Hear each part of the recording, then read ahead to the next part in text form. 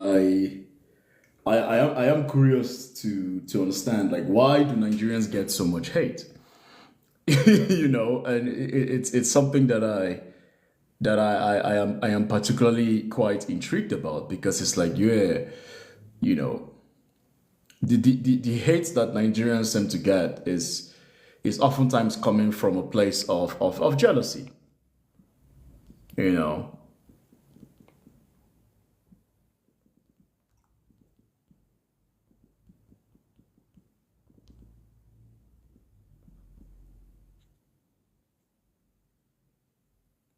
you know, and this is something that I want to talk about a little bit, and that is, you know, why do Nigerians get so much hate? And if I'm being honest with you, if I'm being honest with you guys, a lot of the hate that Nigerians get, especially from other Black Africans, it's simply jealousy. If I'm being honest with you, it's simply jealousy. A lot of hate that Nigerians get is simply out of jealousy. You understand? I Are there Nigerians that do bad things? Yes, but you cannot tell me that you hate Nigerians because of the bad eggs.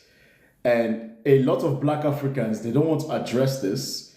You hate Nigerians because deep down you are intimidated by them.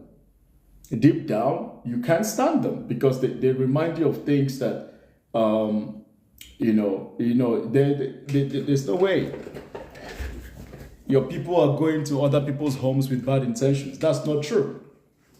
That is not correct, Ebogo. There are criminals everywhere. By your name, I'm guessing you're South African. Are there no South African criminals in other countries? But that's something you don't want to admit. Nigerians intimidate people. Not because we want to intimidate you, it's just our personality.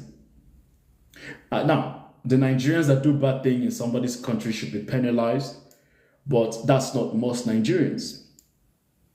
And this is something that I think it's time we address it. Are there Nigerians that do vicious things? Yes, but it's not most Nigerians. Most Nigerians are very, very productive people. In fact, a lot of countries would love to have Nigerians. Yeah, but that's something I'm saying. A lot of Nigerians, most Nigerians are hardworking, daring, confident people. But that's something a lot of Black Africans do not want to address. You don't want to acknowledge. You are intimidated by Nigerians for the most part, especially the men. A lot of Black African men, a lot of Black African men, a lot of Black African men from other countries. They will not admit this, but there's something about Nigerian men that really, really triggers a lot of Black African men, because the average Nigerian man is very audacious. He's very audacious. He's very daring, and not a lot of Black Africans do not have that quality. Is the truth. If you put Nigerians anywhere, Nigerians we are going to dominate, good or bad. But I do believe. Thank you so much, Fade. Appreciate you for that. Appreciate you for that. But this is something that we don't want to address, and I think it's deep down is jealousy. Because if you look for reasons, or if you because the thing is this, if you look for successful Nigerians who are doing well, you'll find them. But if you look for bad Nigerians doing bad things, you'll find them. Pick any country. There are Nigerians that are doing fantastic, absolutely fantastic. A lot more Nigerians doing well. Pick any country. They're in the middle class, upper class, lower middle class, minding their business, following the law. But a lot of Africans don't want to acknowledge this, especially Black Africans, that you deep down, you're just intimidated by Nigerians. You're just threatened, jealous of Nigerians because of the quality that the average Nigerian has. And if I'm being honest with you, I would say The average Nigerian, has a quality that is not very common to a lot of black Africans, and that quality is audacity. The average Nigerian is very audacious. Now, we could be audacious in the right things, we could also be audacious in the wrong things. Fair enough. But I do believe that a lot of people like to focus on, oh my God, see, Nigerians got deported. Oh my God, see, Nigerians bad. It's a lie. I think the people that use that as an excuse to justify their hate for Nigerians is just an excuse. Because in those same countries, if you look for Nigerians in the upper sector, politics, business, you'll find them. I mean, just recently, the CEO of Red Lobster in America is a Nigerian, 37 years old.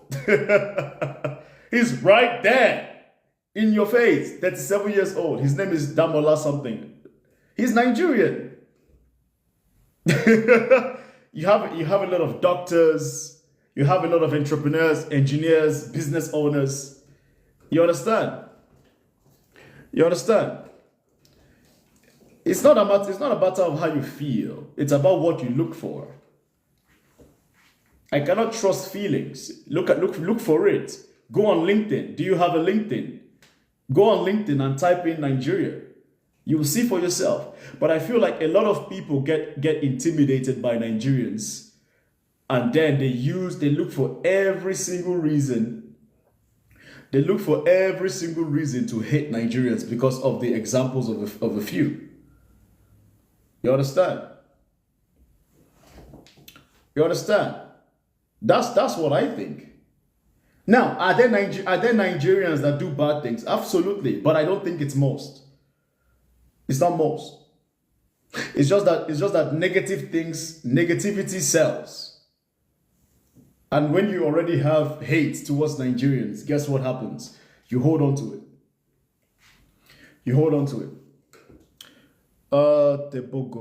Tebogo wants to talk to me. Oh, Mr.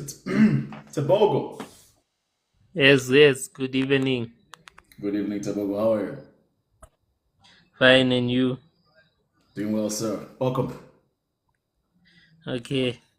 I was just saying about the hatred against Nigerians. Trust me, you are getting the wrong narrative, because the reality is that people don't hate you guys, or they are not jealous of you guys, people have they have something wrong with your traits. Wherever you go around the world, even in India, you saw what happened. They deported Nigerians. But they deported everybody. 8,000. It's not just Nigerians though. They deported a lot It of was people. Nigerians, check. And they say 8,000 No. Nigerians have Tebogo, been incarcerated in Tebogo, Chinese prisons. Is it just Nigerians? I'm not saying Only it's just them, Nigerians. but it's mostly So- it's them so- who are so- dominating the powder industries. Yeah, but that's not true. That is not true again. It's not Nigerians that It's dominate. true. No, it's not true. Listen to me, Tebogo. I don't want us to argue, but it's not true. You're spewing wrong narratives, which is what I'm talking about. Nigerians do not dominate the powder industry. The powder industry globally is dominated by South Americans. It's dominated by Oyibos. It's dominated by Asians. It's not dominated by Nigerians. Even in South but they Africa, are dominating locally. No. Let me explain. Even the powder industry in South Africa is not dominated by Nigerians. It's dominated by South Africans. Yes, but they are working with Nigerians. Trust me. So why do you focus on the Nigerians? That's my point. I'm not focused on them. They are contributing to our problems instead of guiding us. Wait. Tebogo, let's be logical here, please. So I just established the powder industry is not dominated by Nigerians. You agree with me? Because it's the fact. The powder industry, the bulk of the powder is coming from South America. Actually, for powder to come into any country, it has to come through a citizen. Okay. So So my point if is, I'm a house, why are we focusing on Nigerians specifically when it's a whole bunch? Whites are in there, but South Africans are in there. but Why look at it. Nigerians? Look at it. Every time when they find people smuggling drugs in airports around the world, whether it's India, it's always a Nigerian. Even in who's It's this? not always a No, Nigerian. that girl. No, that girl from Botswana who was sentenced to death penalty. They say she was working with her Nigerian boyfriend.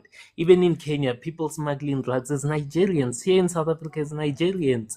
Even in India, in Cambodia, I think they sentence 3 Nigerians to death penalty for drug trafficking. If it's not drug trafficking, even the stats, it's not me who says it, but the stats, it says that That Nigeria is is a simply country not with the true. most That scammers in is the no, world. no. Tebogo, are you gonna listen to me?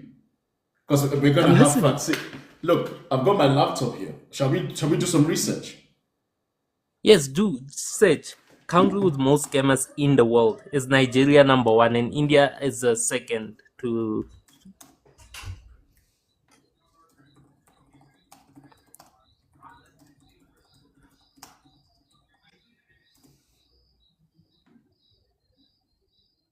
Okay.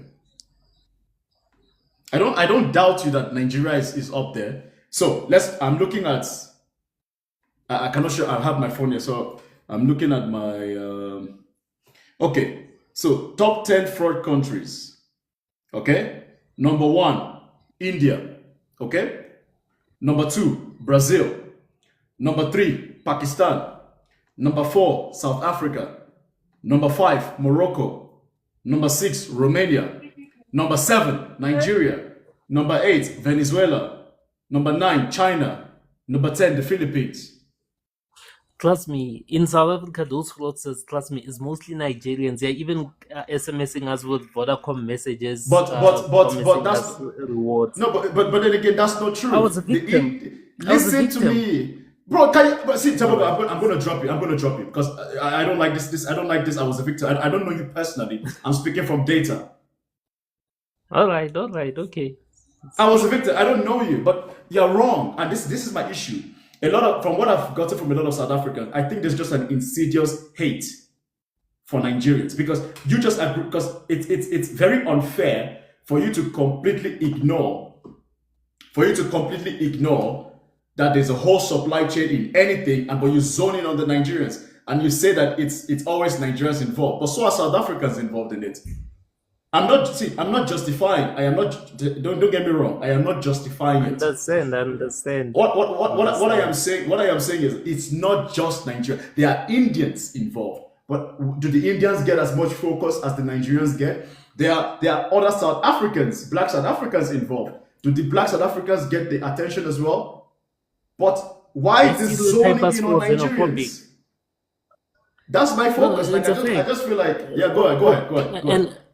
And also in the Filipinos, okay, when it comes to like making children everywhere in the world, I think it's them who are dominating. They say in the Filipino, majority of the Filipino women have children with Africans.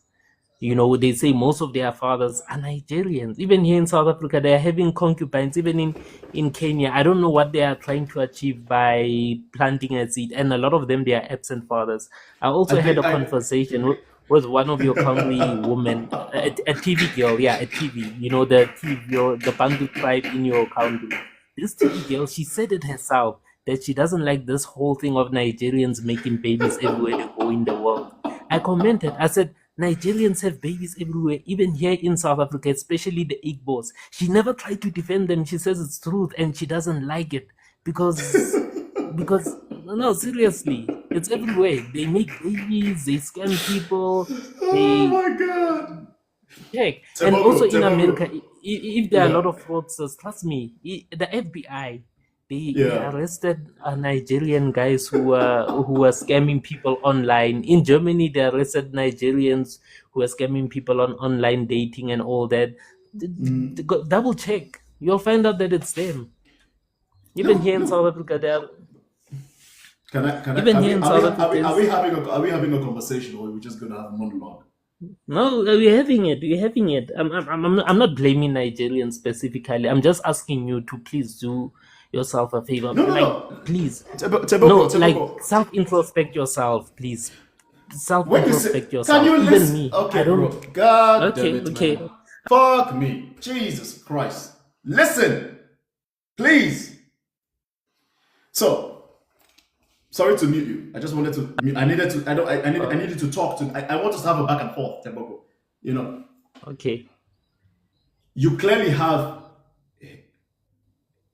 a bias towards Nigerians, which is fine. But everything you say is not correct. Are Nigerians involved? Yes. But it's not just Nigerians. So why the focus on Nigerians? That's my curiosity. That's what I care about. That's all I want to know. Because let me make my points, bro. I swear I'll give you 5 minutes to talk. I swear. Just All let me right. talk. I'm waiting. Because the thing is this. I feel like this because I lived in South Africa for 5 years, just so you know. I was in Pretoria. Now, All right. I'm not in South Africa currently. There's something about Nigerians that triggers a lot of Black African. There's a lot of background noise from you, Tebogo. Okay, just mute. Let me talk, please. All right. Just unmute you. So we've established that even in the powder business, it's not only Nigerians. South Africans are involved in the powder business. Indians are involved in the powder business. Whitey, in fact, the biggest drug dealer in South Africa is a white guy. He's not even a Nigerian. We've established that in the supply chain, Nigerians are a part of it, but Nigerians are not even the top ones. So that's that aside. Even when there's a deportation happening, yes, some Nigerians do horrible things, but it's not just Nigerians. So my point is, why the focus? You've not answered my question, Tebogo. My question is, why the zero in on Nigerians? That's my question. Could you please answer, and I'll give you 5 minutes to make your point, sir. Go on. No, I'm not saying it's not about the focus. It's on Nigerians. Look at the reality. Look at the media. Look at, like, if you ask a lot of countries around the world about Nigerians, okay, some of them will tell you positive, but they'll mostly tell you negative. Like, there was a countryman yourself. He made a video, and he said, "Is it really a necessity that every time when you tell people that I am a Nigerian, what comes to their minds first is this guy must be selling powder, he must be a scammer," especially the scamming part. The scamming part, like, people are like, they are aware that it's mostly you guys. Even, yeah, like, they always ask themselves that question. It's not about the fact that we're pointing you guys with fingers. Even us South Africans, there are people pointing us with fingers, saying that no, South Africans are xenophobic. They use the term xenophobic every time when we say, you know what, we want foreigners to leave because we have our own issues to solve. That's what people know us for. And just as much as you say people are jealous of you Nigerians, even we South Africans feel like other Africans are jealous for us, because they'll say, no, South Africans are praising their slave masters. But those are the very same Africans that come to South Africa and get jobs from those very white men, you see. Okay, So I have a question. Right. So would it be safe to say, if I see a South African, then I can say that South African has HIV most likely? Most likely. Okay, to be honest, we have the fourth. Last time I checked, we have the fourth highest rate of HIV in the world, but the highest number in numbers. Yes, we have the highest in Africa. Not in Africa, I mean in the world. I'm just asking. I'm using your logic for Yes. Nigerians. So I'm saying, I'm pointing the Yes. finger back at you. So like you said, if you see a Nigerian, the first thing that comes to mind is, oh, he's probably a scammer. And I'm probably asking you now, if Scammer. a person sees a South African, and the person is like, oh, that South African probably has AIDS. Do you think that's fair? Yes. No, it wouldn't be fair. You should obviously ask questions, but to be honest, many people around the world, they're complaining about you guys, not us South Africans. I'm not saying we are perfect. We make mistakes too, even in foreign countries. I remember that story of one of our, I think it was our country ladies who were found with drugs in China. You see, yes, they make mistakes, but like every time when you hear these stories, it's always pointing at you. I'm not saying we are I mean, perfect. Like our citizens, like look at them, mhm. the ones who are diaspora. They say out of a population of 64 million, there's 915,000 South Africans. 915,000 South Africans diaspora, but you don't hear negative stories about us all over the world. Is because most of our citizens, they go there legally and they respect the law. Yes, some of them make But mistakes, if I may, okay, but okay, as for okay, okay. Nigerians, it's too much. Okay, Tebogo, I'm going to break your heart with this, okay? All I'm sorry right, to say no this, but problem. and I'm not trying to be rude, but I work off fact. Most of the South Africans with passports are white. They're not black South Africans. And most of the South Africans that travel abroad are white South Africans. And a lot of them, no, I'm telling you the truth. A lot, and you can check it. You can Google it. It's what race of South Africans have the highest number of passport. So most of them are white, and most of them are typically they visit. They don't how do I put this? They are typically either living in the UK, living in Australia, living somewhere else. They're white. They're not black. So my point is, That's true. no, it's the truth. You can check it. Somebody say it's not true. You can Yeah, Google but it. but Most yes, but there are also black South Africans who there are are living some. No. diaspora. They are. I'm saying Yes, of that number that you mentioned, yes, more than that's 50% of true. them, or more than 60% are whiteys. They are not black South Okay. But, Africans. but Okay, but let so me also tell you this truth, and it might hurt, Nepa. Don't get offended. Yes, sure, black South Africans, yes, they don't travel all over the world, not because they don't want to travel. It's because a lot of us, like the things we have in our country, are the ones that are making us ask ourselves, why should we go to that country in yeah, Africa? fair Why enough, should fair we enough, fair go enough. there? Why should we No, go no, there? I But understand, but as for don't you, as is for that a you good thing? Nigerians, it's not about that. A lot of you guys are leaving your country because of the high poverty rate that's going Yeah, on in your country, even the true, corrupt leadership. true, Yes, I true. know both our countries are collapsed. It's just that your one has already collapsed. Ours, it's in the Yeah, process. yeah. You I also what mean, happened with Cyril Ramaphosa. yours is in process of collapse. If not, thanks for the white man. We have to be honest. You really, and I'm not trying to be rude, but you better be kissing the white man's Yeah, ass there. I swear, no, you're right. you Thanks better for be the kissing white their man. ass. You better be Yeah, kissing their yeah, ass but because but your if people not, are if not also for them, crossing the oh, Mediterranean of Sea course, into of Europe, course, into a of white course. man's world. You see, so we Yes, are both the yeah. same, and your leaders are puppets of the I Western don't world. know. You see, and I our don't know leaders, if. Okay, I'm gonna mute you, bro. You gotta let me talk. It's my life. But my point is, you have to understand this. Nigeria is a mess, but it's my mess. You understand me? At the very, if you ask me, Tebogo, honestly, if you ask me, what situation would I want? Your situation or my situation? I think I would choose my situation because it's my mess. Nigeria is messy, but guess what? It's my mess. It's my mess. The foreigners in Nigeria don't run Nigeria. They run it to an extent, but I don't think you. I know if I'm being honest, because at the end of the day, yes, you might have what you think is beneficial, but how much of it do you really control, though?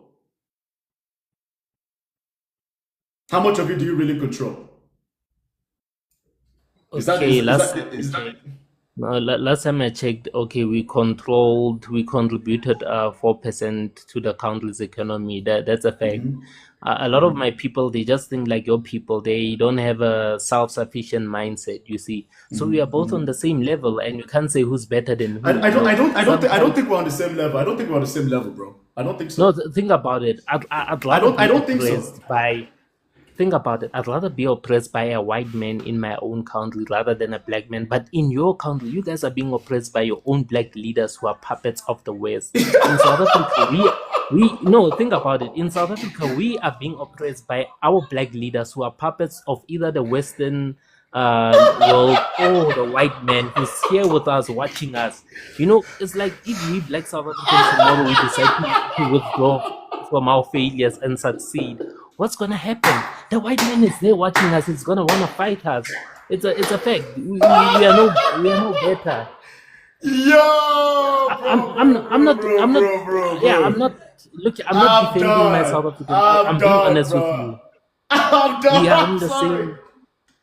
It's a fact. You, Tebogo, But you want take to your take back what you country. just said? You want to take back what you just said? No, I'm saying your leaders, they are Western No, no, no, puppets, no, no, no. Yeah, yeah, they're and they're puppets. Yes, they're oppressing you. puppets. Yeah, Yes, yes, true, they're true, oppressing true. you. But Even here yes, in South Africa, it's the same. Our leaders are protecting Western interests and white interests in this country. You see, so either ways, you guys, at least we are being oppressed by other people like who are watching and us that's here, and but you that's guys are being better, oppressed. and that's No, better. what's worse than being oppressed by other people is when your own people oppress you. Think about it. Think about it.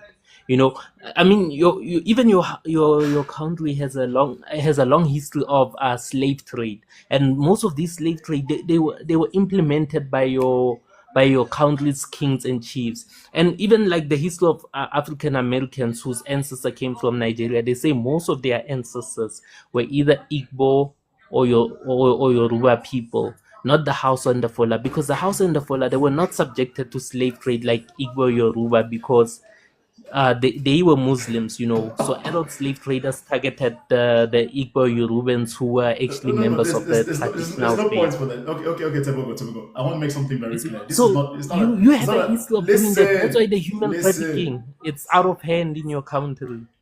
And the worst part is that you are bringing it here to South Africa. Your people are human trafficking our girls and using girls as young as 12 as sex slaves. You see, Wow. it's a fact. Really? So Wow. let's not behave like one is better, or maybe some Nobody, no, people are no, no, no, just no, no, bashing no. Nigerians. Are you gonna listen to me, or you just want to Yes, spew I everything will. out? You I'm promise you're listening. gonna let me talk. You're gonna let me talk for 2 minutes or what? I promise. Okay, please be. Okay. Okay, so this is not a competition. It's not a competition to see because we are both oppressed. And Tebogo, I would if I'm gonna be oppressed, I'd rather have a guy that looks like me oppress me. But you just said you'd rather have a white man oppress you than a black man oppress you. I mean, I kind of see what you mean, but bro, and I'm like, yo, bro, what the fuck are you saying? Like, did you hear what you said? I mean, No, like, yes, I heard myself. I heard myself. I mean, let me give you an example of oh, something. What's worse? Okay, Tebogo. okay. What's worse than a man who rapes a woman it's a woman who traps another woman to be trapped by a man, an enemy on the inside. An enemy on the inside is more dangerous than the enemy on the outside. They say a sheep, it is scared that it might get eaten by a wolf, but at the end, it's a shepherd who eats it. So it's the same thing with your country. Yes, you guys are afraid of the Western world doing one, two, three, but at the end, the most dangerous people are your leaders who allow themselves to be pulled by the strings by these Western people. Even here in South Africa, yes, white people maybe like one day, even if they were to oppress us, they trust me, they are not the most dangerous people. The most dangerous people, it's our leaders who are busy allowing these people to use them as a tool to protect white interests. And this is something that we need to talk about and deal with, because I was telling people that yes, I'm not against African unity. I want us to unite, but not at the expenses of one country or one nation. Which And we which must expense of also which unite, country? Okay, okay, okay. Tebogo, let's because have a no, the reality Tebogo. in the Wait, end wait, is wait, that wait, the whole Tebogo. of Africa Tebogo, wants to wait. come to South Africa. That's the That's not problem. true. That's not It's true. true. It's Everyone not is true. here. Who Look told you at the everybody stats. was? Man, please Look at the calm down, stats. man. Look at the Calm stats. South down, bro. Africa has. Oh, please calm down. Stop hyping yourself up. Who told you the whole of Africa wants to come to South Africa? That's a lie. That's a lie. Don't you guys read? Come on, Tebogo. Like, listen, I don't have time for flimsy discussions. If you want to talk, let's talk. Most Africans are in their countries. Most Nigerians are in Nigeria. Most Ghanaians are in Ghana. Most Zimbabweans are in Zimbabwe. Most Congolese are in Congo. What are you talking about? That's a lie. Where did you No, get all this when it feed? comes. See, No, no, like even Tebogo, Harari. listen. Tebogo, listen. Let me All explain right, to I'm you. listening. Let me explain. Most Africans don't want to come to South Africa and stay. Who told you that? If I'm being honest with They you, are Tebogo, coming. I'm gonna drop you. Should I drop you, bro, so you let me talk? No. We'll continue. Let's continue. Most Africans don't even think of South Africa as much as you think they think of. Like, if I'm being honest with you, like I'm being very honest with you.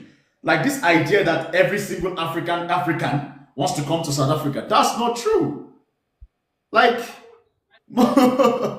I don't get it. Like, I think a lot of Black South Africans need to understand that most Africans aren't really thinking of you like that.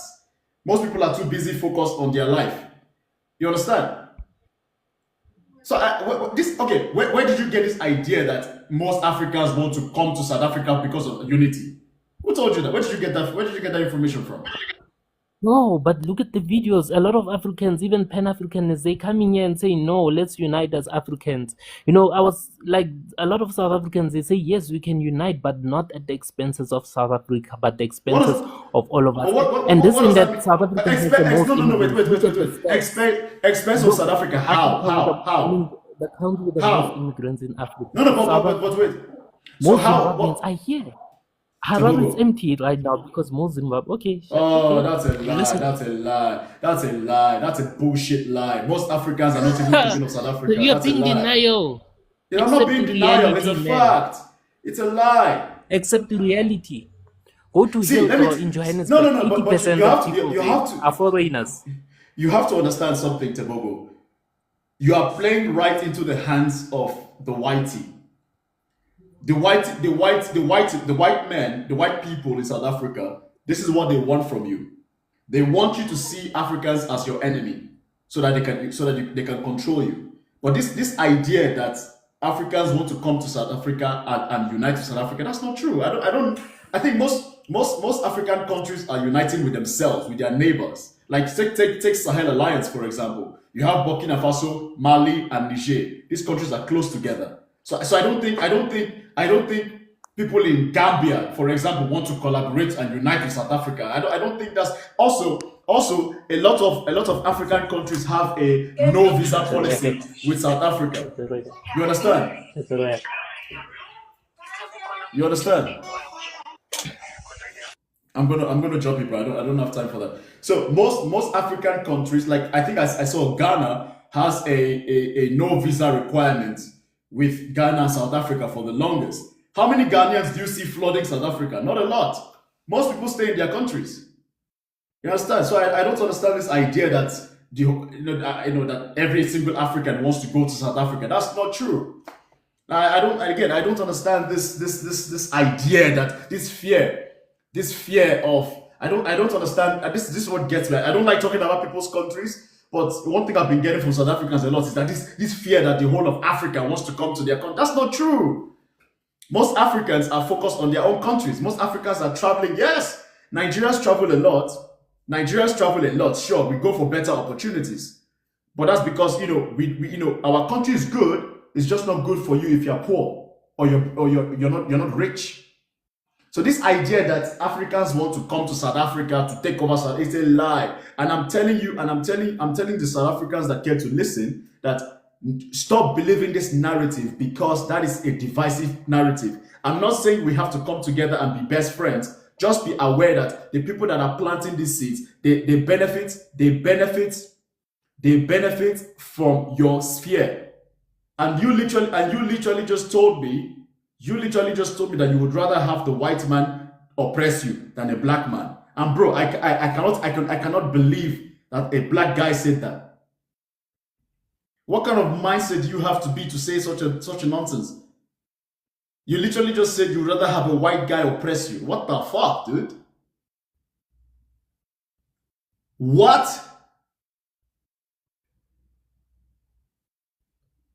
What? Oh my god. But anyway, I want to bring it back to my point. So I've been getting a lot of feedback, this hate towards Nigerians. And that's actually what I want to talk about. That's actually what he came up to speak about it, but I wasn't talking about South Africa. He came up to bring it up. I didn't, because I typically don't speak about anybody's country, but he brought it up, so that's why we spoke about South Africa. But my point is this: a lot of hate towards Nigerians, if you assess it, a lot of it stems from jealousy, especially when it comes from Black Africans. And this is something that I've seen in Western Africa, I've seen it in Eastern Africa, I've seen it in Southern Africa. This hate towards Nigeria is because, I've said this before, the average Nigerian has a quality. The average Nigerian has a quality that most Black Africans don't have. That is audacity. The average Nigerian is very audacious, because a lot of people, because of the hate and the bias you have for Nigerians, you focus in on the negative things. The average Nigerian is very audacious. You know, you put a Nigerian in North Africa, he will do something. Either he's going to do something good or do something bad. You put a Nigerian in Eastern Africa, he's going to do something good or do something bad. You understand? In every single sphere, you will find Nigerians that are crushing it. The recent CEO of Red Lobster is a Nigerian. The owner of Calendly is a Nigerian, a multi-billion-dollar company. And these guys, they are just massive across the world. Go on LinkedIn. Go on LinkedIn. Type in CEOs Nigeria. You will see. But the thing is, this tendency for other Black Africans to just focus in on the negative of Nigeria, and then you're telling me that, oh, look in the news, they're deporting Nigeria everywhere. It's not true. They deport a lot of people. Nigerians are part of them. There's a lot. Nigeria has 300 million, guys. 300 million. Your population is 60 million. Your population is 40 million. Your population is 30 million. Nigeria's population is 300 million. Like, we are more. There's more. We are more. We are more. So we have more numbers. You cannot be comparing your 15 million people to 300 million people or 250 million people. But I noticed that a lot of Black Africans, you are just intimidated by Nigerians. We make you scared. There's something about the Nigerian audacity that makes you shit your pants. We make you piss your pants. I've seen this happen. I've seen it in my personal life. Because you see, there's something about the average Nigerian. The average Nigerian does not believe in failure. The average Nigerian does not believe in, oh my God, let me wait for this person to give me something. The average Nigerian does not wait to be spoon-fed. The average Nigerian does not wait to be breastfed. The average Nigerian does not fear. It's a lie, Keletso. We follow laws. We follow the laws. But a lot of people focus on the negativity of Nigerians because they don't like Nigerians. There's a jealousy in there. There's a bias in there. It's a lie. We follow the law. We rise very high. But see, the thing is this, a lot of Black Africans, they like to think Nigerians don't follow the law because a lot of you are scared. A lot of you are submissive by nature. But I want to challenge a lot of the things. And I want to challenge the things that a lot of Black Africans love to say. You love to say, oh, Nigerians don't follow the law. That's a lie. We do follow the law. It's just that we try. We push the narrative. We try our best. That is why, if you look at the average Nigerian compared to the average Black African, Nigerians tend to do well because we try. We don't wait. We're not scared of anybody. Whether you're white, you're black, you're brown, you're pink, you're purple, the Nigerian will challenge you. The Nigerian will challenge you. That is why the average Nigerian, the average Nigerian compared to everybody is typically the most educated. Fact. We are the highest ethnic group in America. Fact. Highest CEO per capita from Africa. Fact. Highest ranking doctors, academics. Fact. But you guys only like to focus on the negative things because it validates you. It makes you feel better about yourself. Highest earning in the UK. Fact. Is that audacity? And the thing is, a lot of black Africans, because a lot of you are you're not humble. You're not humble. A lot of you are subdued. You're subdued. A lot of you are scared of challenging. So when you see Nigerians that challenge things, you think that's arrogance. It's not. It's not arrogance. It's just a guy going after his dreams. Now, are there Nigerians that do bad things? Yes, and they should absolutely be held to account. But I think a lot of black Africans, you're trying to validate your bias by every means necessary. It's inferiority complex. A lot of black Africans suffer from inferiority complex. And I've said this before. The average Nigerian does not believe he's below anybody. The average Nigerian does not believe he's below anybody. No! The average Nigerian man, if he sees a woman he likes, he's going for her. The average Nigerian man, the average Nigerian man, if he sees a woman he likes, he's going for her. If he gets the woman he likes, he's going all out for her. The average Nigerian entrepreneur, if he sees an opportunity, he's going for it. We don't have time to. Oh, let me hope. Let me pray, bro. We are going and doing our thing. Look at me. I'm Mr. Kingsley. I applied to media companies. No, wait. I applied to media companies. Nobody gave me a chance. You know what I did? I said, "Fuck you. I'm going to make my own shit." Guess what? I built my own platform. 1 year, 70,000 followers and counting. I didn't wait for anybody. I didn't beg any radio station. This is the Nigerian mentality. They do it by illegal means. Yeah, whatever. Of course, there's going to be bad eggs everywhere. There's going to be bad eggs everywhere. And I know that a lot of people who already have a bias towards Nigerians, you're not going to like what I'm saying, but it's the truth. How many black Africans can stand toe to toe with the average Nigerian? Be for real. Let's be real. Let's be for real now. Let's talk. How many black Africans can stand toe to toe and say, "Let me compete with you"? Toe to toe.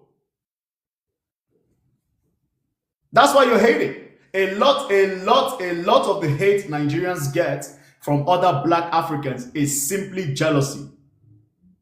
It's simply jealousy, because if you look for the positives, you will find the positives. If you look for the negatives, you will find the negatives. Pick any single country. Even in South Africa, there's a lot of Nigerians doing fantastic things. You know I'm right. There's more Nigerians doing fantastic things globally than the negative things that Nigerians are doing. There's more. So this idea that Nigerians do scams. Yeah, Nigeria do scams, but it's a small population of the Nigerian population.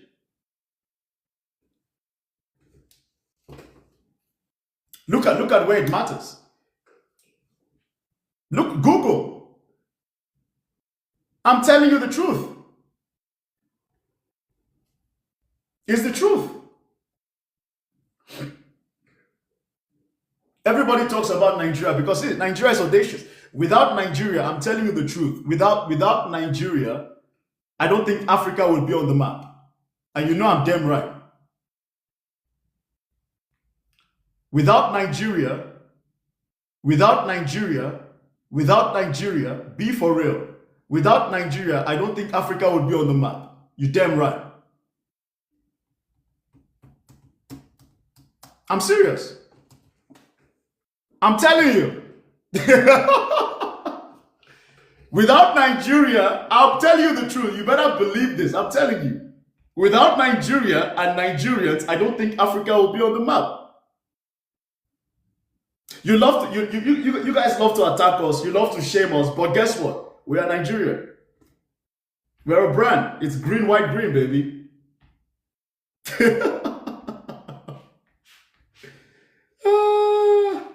It's jealousy. And it's so funny too, because the hate the hate that Nigerians seem to get, man. I swear to God. I listen. I listen. I listen. I pay attention, and I'm like, bruh, come on. Come on. This is lies, man. This is bullshit lies, man. It's bullshit. Everybody talks about scams. And it's like, yeah, Nigerians do scams, but Nigerians are not the biggest scammers. I literally just showed you guys the list of the top scammers. Nigeria is like number 8. You know?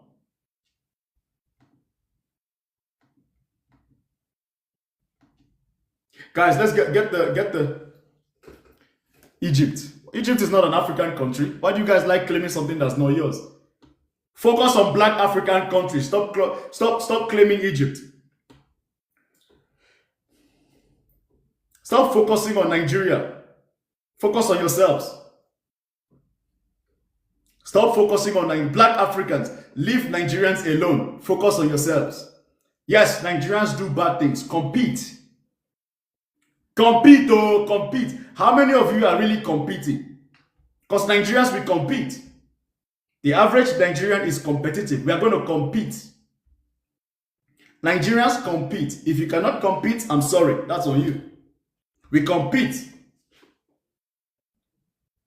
That's why Nigerian men tend to be one of the most attractive in Africa. Yes? Oh, Nigeria. And another thing, for the black African men that are always challenging Nigerian men. See, a lot of you are just scared, man. A lot of you are just intimidated. Let's be for real. A lot of you don't have game. A lot of you don't have swag. We are most attractive, very attractive. That's why you see women complaining about Nigerian men all the time. I made a video talking about Nigerian men are the best men. The number of women. I had the United Nations of women in my DMs.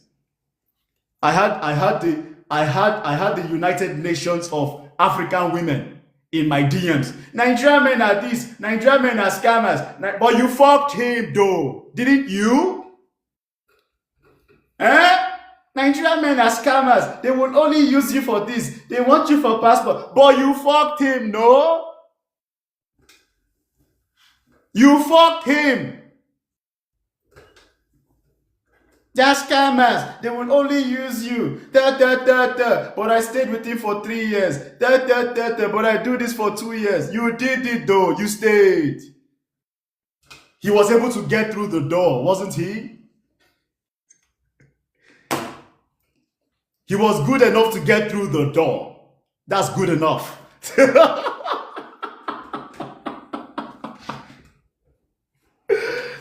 He was good enough to get through the door. Let's be real. What else? Yes! Oh no, they will only use you for passport. But why did you put yourself in a position to be used for passport?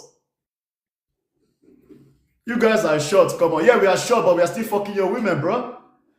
We are short, we are tall, we are still banging your women. I mean, today I'm sticking up for my people because I'm sick of this shit. Today I'm sticking up for the Nigerians because I'm sick of this shit. I'm sick of everybody saying Nigerian. We can't be that bad because we are not that bad. So today I'm going to stick up for my people because, man, the fuck? Yes, Nigeria does bad things. I've helped. See, I made a video. Me, Mr. Kingsley, I made a video talking about why Nigeria is not the giant of Africa. That was me. This was last year. But bro, this thing is becoming too much. I'm here to hype up my people today because I am so sick of this everybody always having a bias. Yes, Nigeria does bad things. It's not only Nigeria. Why focus on Nigeria? Wait. Your country is in deep shit. Is that a Cameroonian talking about deep shit? Is that a Cameroonian?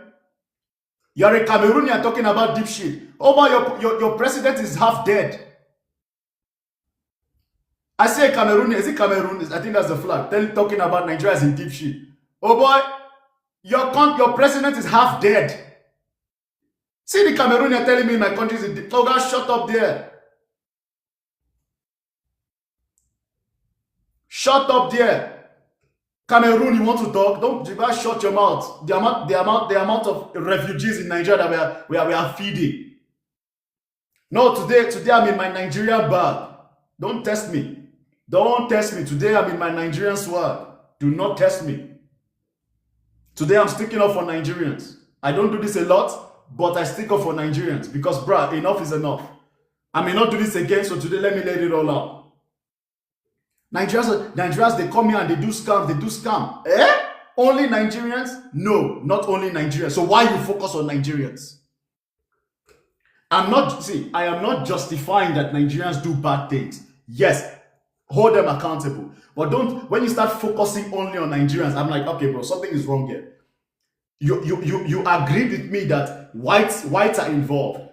Arabs are involved, Indians are involved, everybody's involved. So why are you focusing on Nigerians specifically? It makes no sense to me.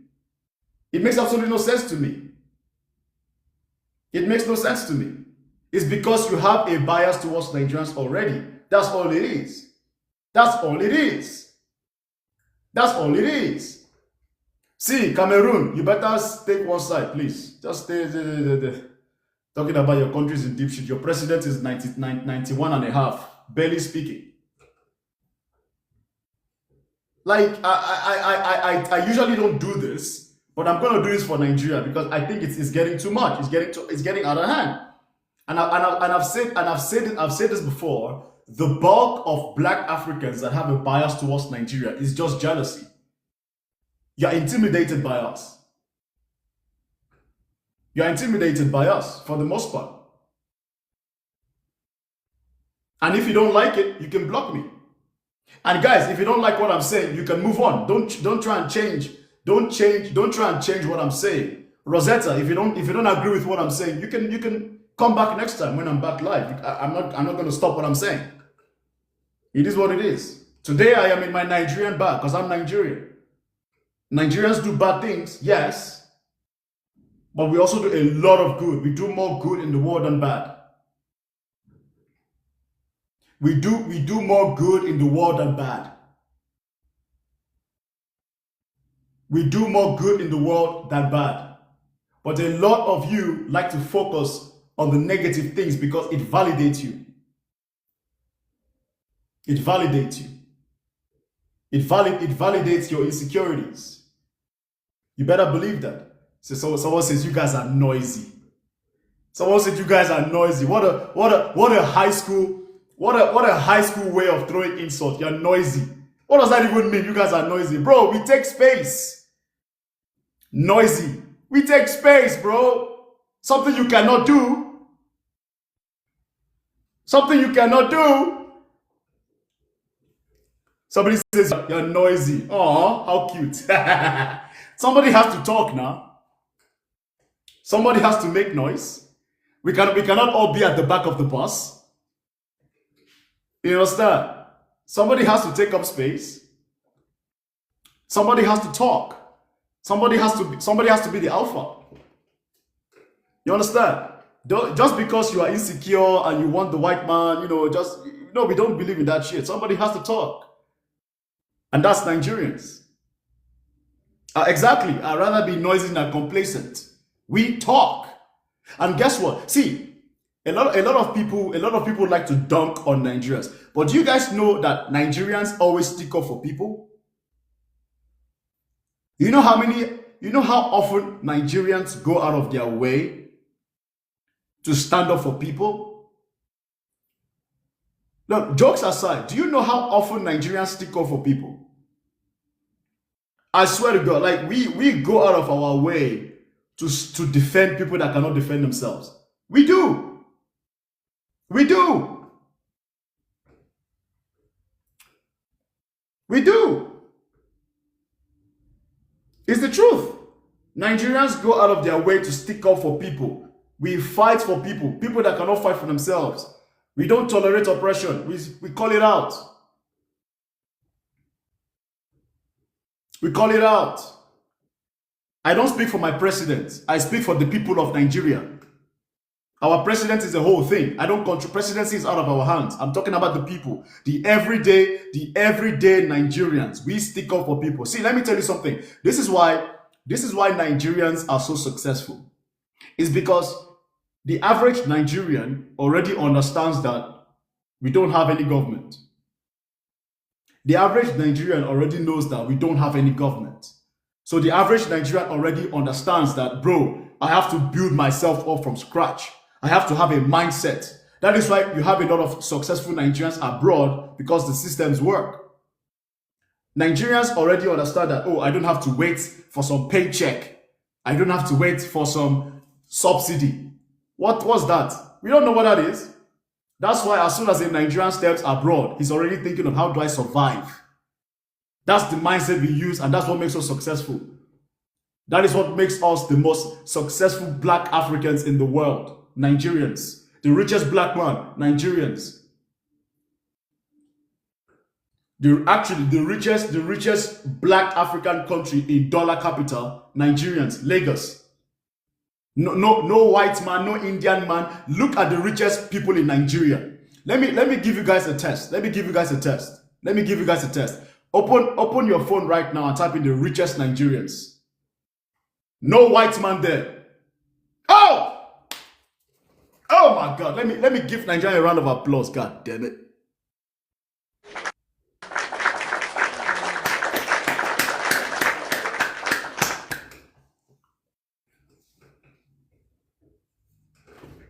Yeah. No. Part of Pan-Africanism is being honest with yourselves. It's not about Pan-Africanism. Pan-Africanism doesn't mean taking insults from other Africans. Let me clarify something. I am a Pan-Africanist. But that doesn't mean I'm going to be taking shit from somebody just because they feel like they have a bias towards me. Pan-Africanism doesn't mean bend over and take it in the asshole. That's not what it means. Pan-Africanism means love your people, love your country, but God damn it, don't take shit from nobody. You have to define it. You cannot be calling Nigerians scammers and bad things, and because I care about Pan-Africanism, I just have to turn the other cheek. No, sometimes you have to remind people that this is who I am, and if you test me, I'll let you know. But I love you though.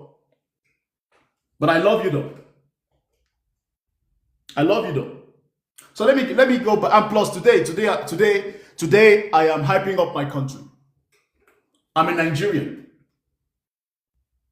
Today I'm hyping up my country. I'm hyping up Nigeria. If you don't like what I'm saying, you can move. You don't have to stay here. Nigerians stick up for almost everybody else. But when it's time to stick up for Nigerians, everybody throws us to the bus, calls us all sort of things.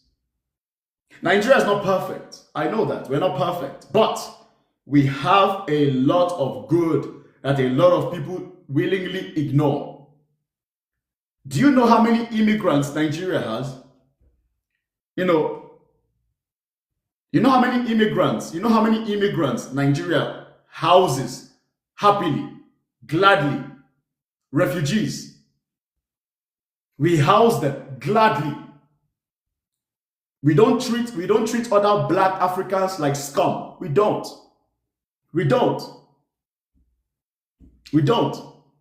We have Cameroonians, we have West Africans, East Africans, even Southern Africans in Nigeria. We treat them well, respected. Family.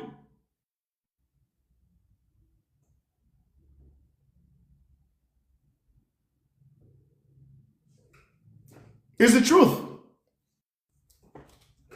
Well, everybody hops on the bandwagon. Oh my God. Oh, Nigerians. Oh yeah. What do you mean by that? So let me tell you guys something. Just because I am a Pan-Africanist and I speak for Africa does not mean I'm going to allow somebody just disrespect any African country just like that. But the hate Nigerians have been getting so lately has been so crazy. My goodness. If you look everywhere, Nigerians are everywhere being deported. It's not only Nigerians. A lot of people get deported. Why focus only on Nigerians? Indians get deported. Indians get deported, whites get deported, other black Africans get deported. Why the focus on Nigeria and using that as a way to now paint Nigerians? And if you think just because I'm Pan-African, I'm going to let you just keep bashing Nigerians because you feel like it, you must be mistaken. And let me explain something about African unity. I don't care. I do not care about countries that don't want to collaborate. I don't give a shit about you. I focus on the countries that want to work with me. Now, with that said, you have to clarify some things. You have to clarify some things. I am not a fan of disrespecting any country. That is why I'm sticking up for Nigeria. I'm not a fan of disrespecting any country. Nigeria has a lot of problems. That's no secret. But so does your country too. Show me one African country today that doesn't have problems. Name one. Name one black African country that doesn't have the same problems that Nigeria is dealing with. Name one. Name one black African country that is busy bashing Nigeria, whose country is not even suffering from worse. Yeah, but is Botswana in the hands of the black Africans? There is none.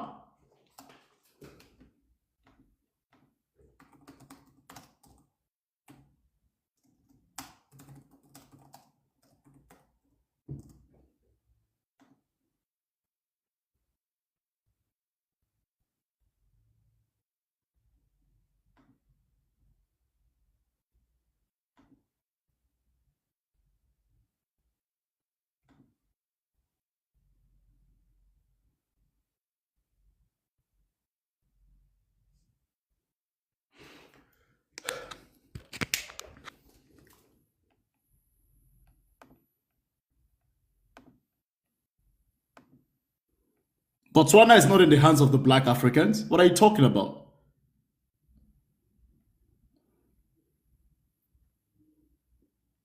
Look. 15 richest people in Botswana. Farouk Ismail. This is not a black name. Johannes Jani Mutin. This is white. This is not a black Botswana. What are we talking about? Giorgio. I can already tell you this is not a black person. So what the hell? What do you... Ghulam Abdullah. This is Indian. What are you talking about? Oh my God. Are these the richest people in Botswana? Are they foreigners? Indian? Oh my God. What are we talking about here? McLeod. Oh my. Is this? Wait a minute.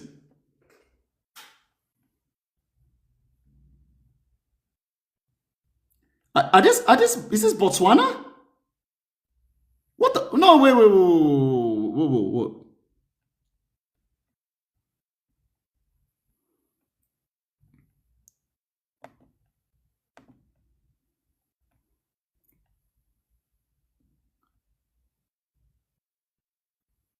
What's going on?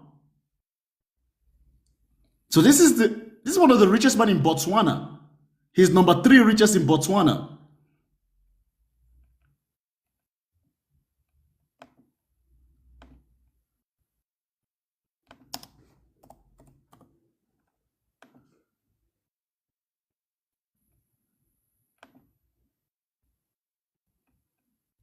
Oh my days!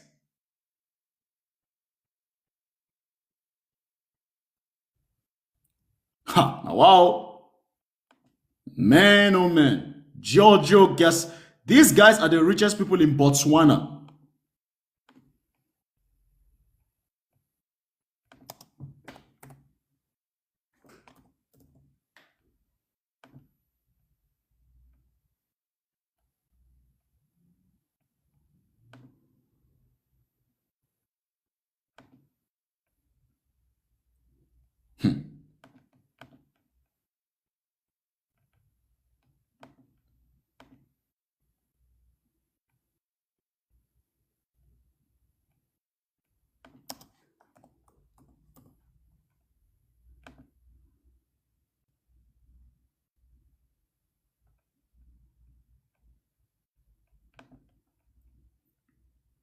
I haven't seen any black person. Oh,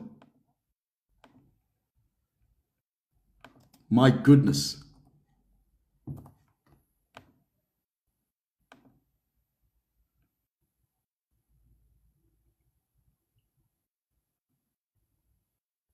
My goodness. My goodness. No, but I haven't seen a black Botswanan. It's Indian. My God. I haven't seen. Maybe this is a black guy. I hope he's a black guy at least. Oh, thank God. Whew. Okay, okay, good, good, good, good, good, good, good, good, good.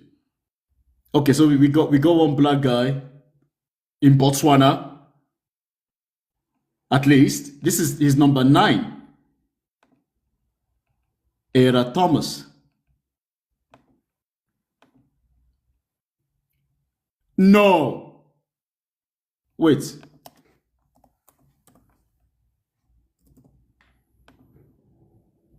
Man, oh man. Man, oh man. Man, oh man. Oh my goodness. Well, this is definitely not a black Botswanian. Botswanian? Man, oh man. Yo. Okay, what's going on?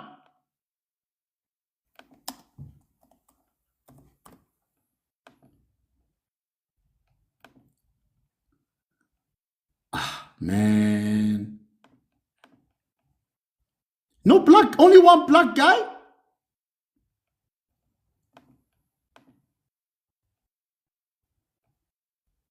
Only one black guy?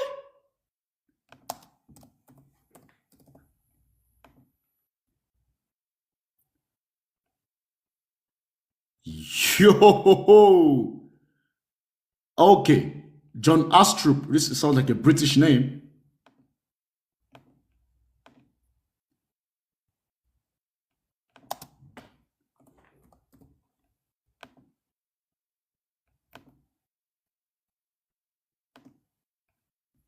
That's the guy. Ha. Now, wow. My God.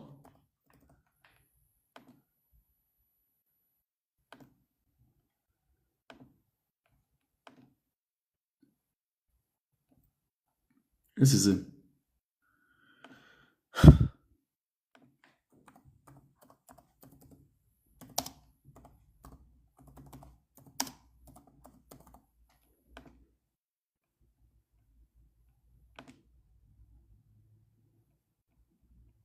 Okay, so this is Nigeria. Number 1, Aliko Dangote, 15.9 billion. Number 2, Abdul Samad Rabiu, 7.1 billion. Number 3, Mike Adenuga, 7.1 billion. Number 4, Arthur Oze, $5.6 billion. Number 5, Cletus Ibeto, estimated 3.8 billion. Number 6, Femi Otedola, $1.9 billion. Number 7, Pascal Dozier, 1 billion. Number 8, Tony Elumelu, 700 million. Number 9, Jim Ovia, 550 million. Number 10, oh my God. Well, thank God, oh. My goodness.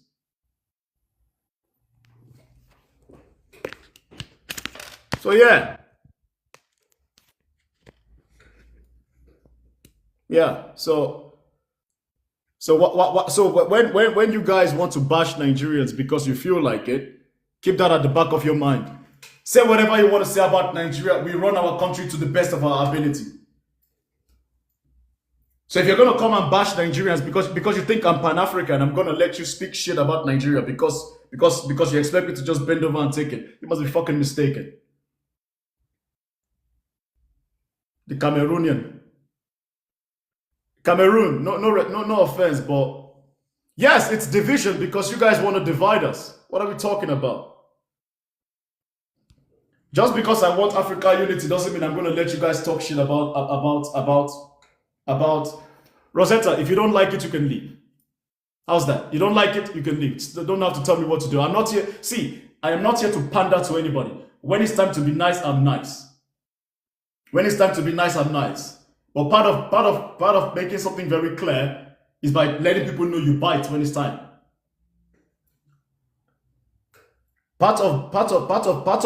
See, listen, let me make something very, very clear. I love black Africans and I love black African people. But part of love is reminding people that you can also bite when it's time to bite. Especially when you're attacking Nigeria for no reason. For no reason.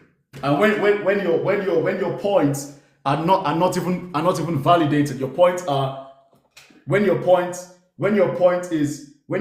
are just bias.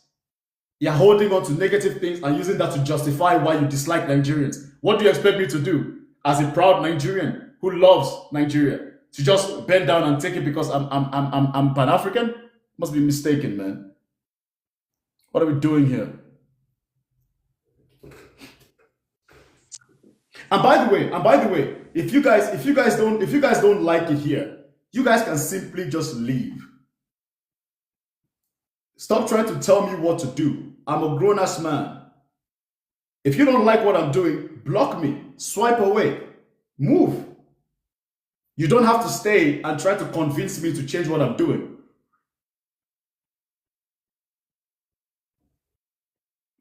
What does division sound like?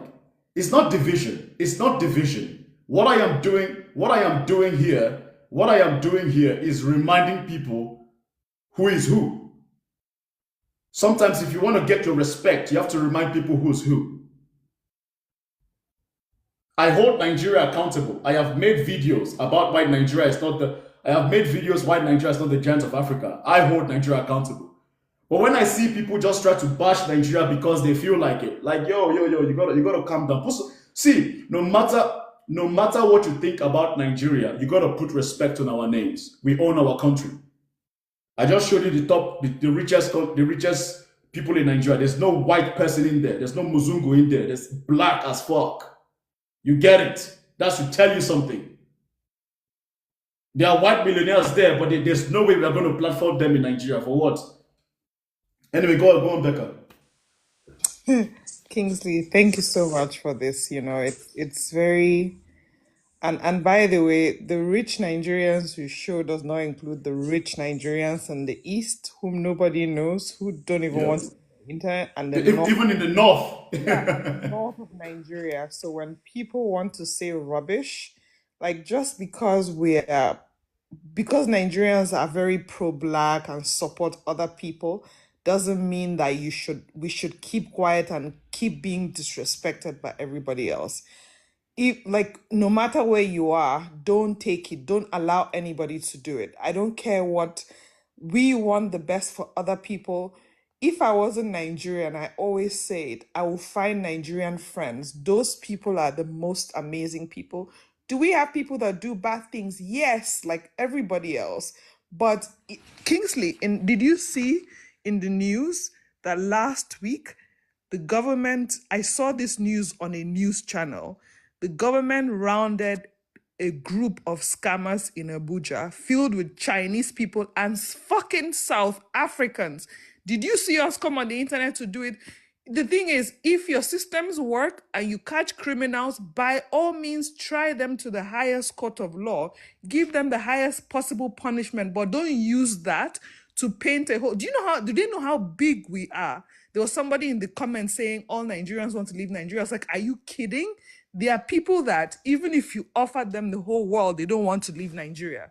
So before you speak on the 2,000 people that you know in your country, know that we are nearly 300 million people, and you know nothing. Yes. I mean, I had a guy literally tell me, "Oh, everybody wants to come to South Africa." I'm like, "Sir, that's not true. You are not who you think you are. With all due respect, Exactly. bro." I was like, are you joking? I was at a conference once in The Ethiopia. fuck? I was at a conference once in Ethiopia and somebody was telling me, oh, we host the highest refugee. I was like, do you realize how many refugees we have in Nigeria? We have nearly 10 million. Because we don't tell you people, We have our own problems. We have our own refugees. We don't close the border and say people from Cameroon. Cameroon, if you go to my village, it's filled with southern Cameroonians. We tell them, you are our brothers. Once they enter the boat and they come, we let them come in. Do you think that we are too many to even be accommodating to other people? But for God's sake, Nigeria is big enough for everybody. So there's no reason why we don't attack you. Did Nigerians come on social media and do a live about the South African scammers that were caught in Abuja? Did you see it, Kingsley? If I didn't tell you, will you know? But if you go on Sahara Reporters, go on news channels news, you will see the news is there. But did you see us make a video about it? South Africans just like to be very ignorant and be talking rubbish. If you want us to have a Pan-African and we want that, you have to respect us. I'm sorry, I don't care how this sounds, but you cannot expect to slander us and expect that we will keep quiet, bend over backwards, just so that we sound. And one of the things that you people don't like about us, to be honest, is that we don't take rubbish from anybody. If you people don't believe Julius Malema when he tells you this, believe him. Nigerians don't take rubbish from anybody. We're not here you're telling me somebody was commenting your president is this. Did we come and tell you our president is good? No, we challenge our own government. We don't take rubbish from anybody. Actually, the only people that can successfully oppress us is our government. But you or anybody else or a white person, whoever you are, we will not tolerate it. So if you want us to not say these things, you have to respect us. Stop saying all this rubbish. Exactly, and that's actually what got me going, because I will not allow somebody to just disrespect Nigerians just because you feel like it. Exactly. And that's where I draw the line. I hold Nigeria accountable. I put my hand up in the air. I hold Nigeria. I mean, one of my most viral videos is me holding Nigerians accountable, where I said Nigeria is not even the giant of Africa anymore. They wanted to kill me in the comments. I said I don't care. I said what I said. Fair enough. But if you think that Nigerians, you're just gonna come talk to me, oh, Nigerians are scammers, Nigerians do powder. One guy told me Nigerians dominate the powder business. That is not true. I cannot, as a Nigerian, allow you to slander my country, and you are going to tell me Nigerians dominate the powder business and I should just take it because I'm Pan-Africanist? You must be fucking dumb. That's not true. No, that's not true. The powder business, if you Google it and fucking use your brain, it is not dominated by Nigerians. In fact, Nigerians are a small percentage of that business in any place. They might be the most in Nigeria because there are more in Nigeria. But the more you step outside of the borders of Nigeria, the people that dominate the powder business, the hierarchy are Latin Americans, because that's the hub of productions, Asians, because that's where opium is produced. And if you want to talk about South Africa, it is actually the biggest powder dealer in South Africa is a white person. It's not even a Nigerian. The Nigerians you see are actually the small peddlers here and there. But the big boss who supplies and controls the supply chain is not even a black South African. Is white or Arab. So don't come to me and tell me, oh, Nigeria dominates the powder bit. That is a lie.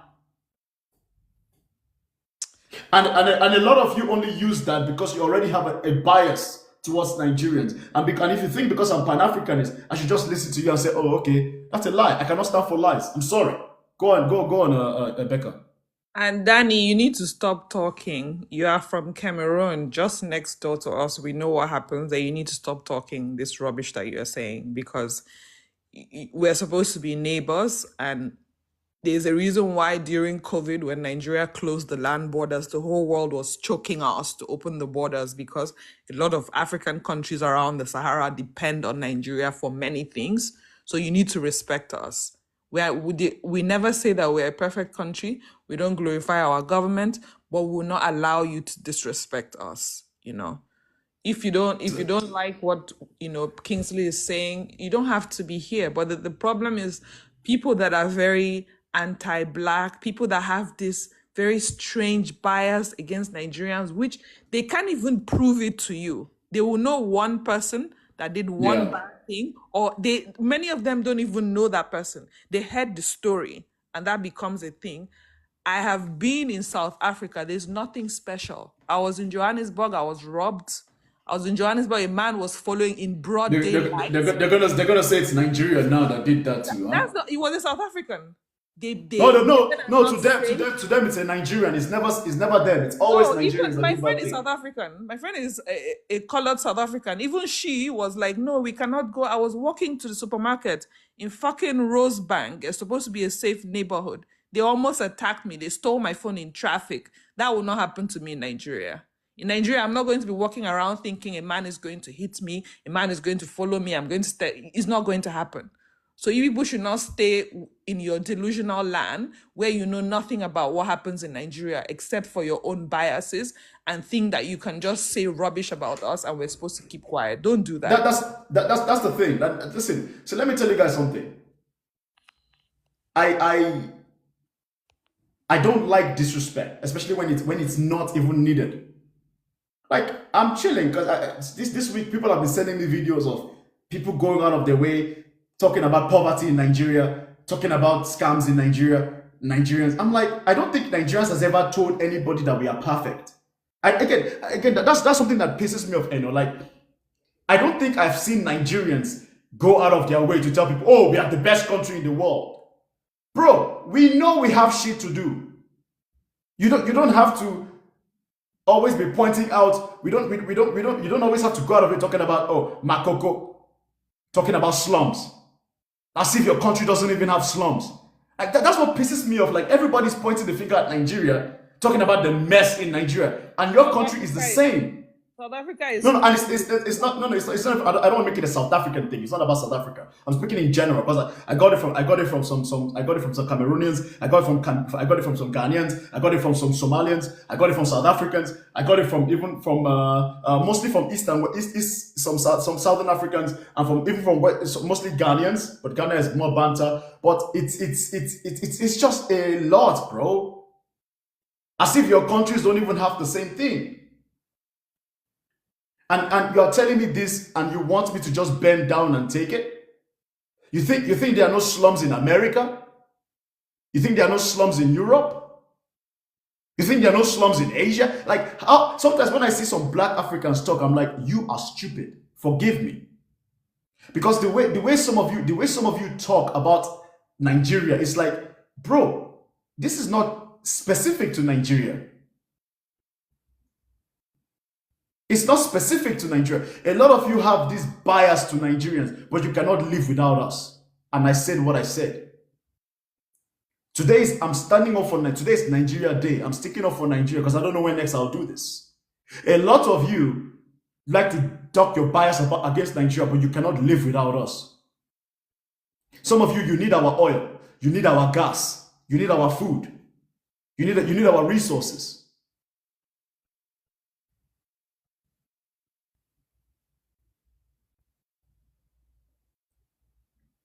You cannot live without us.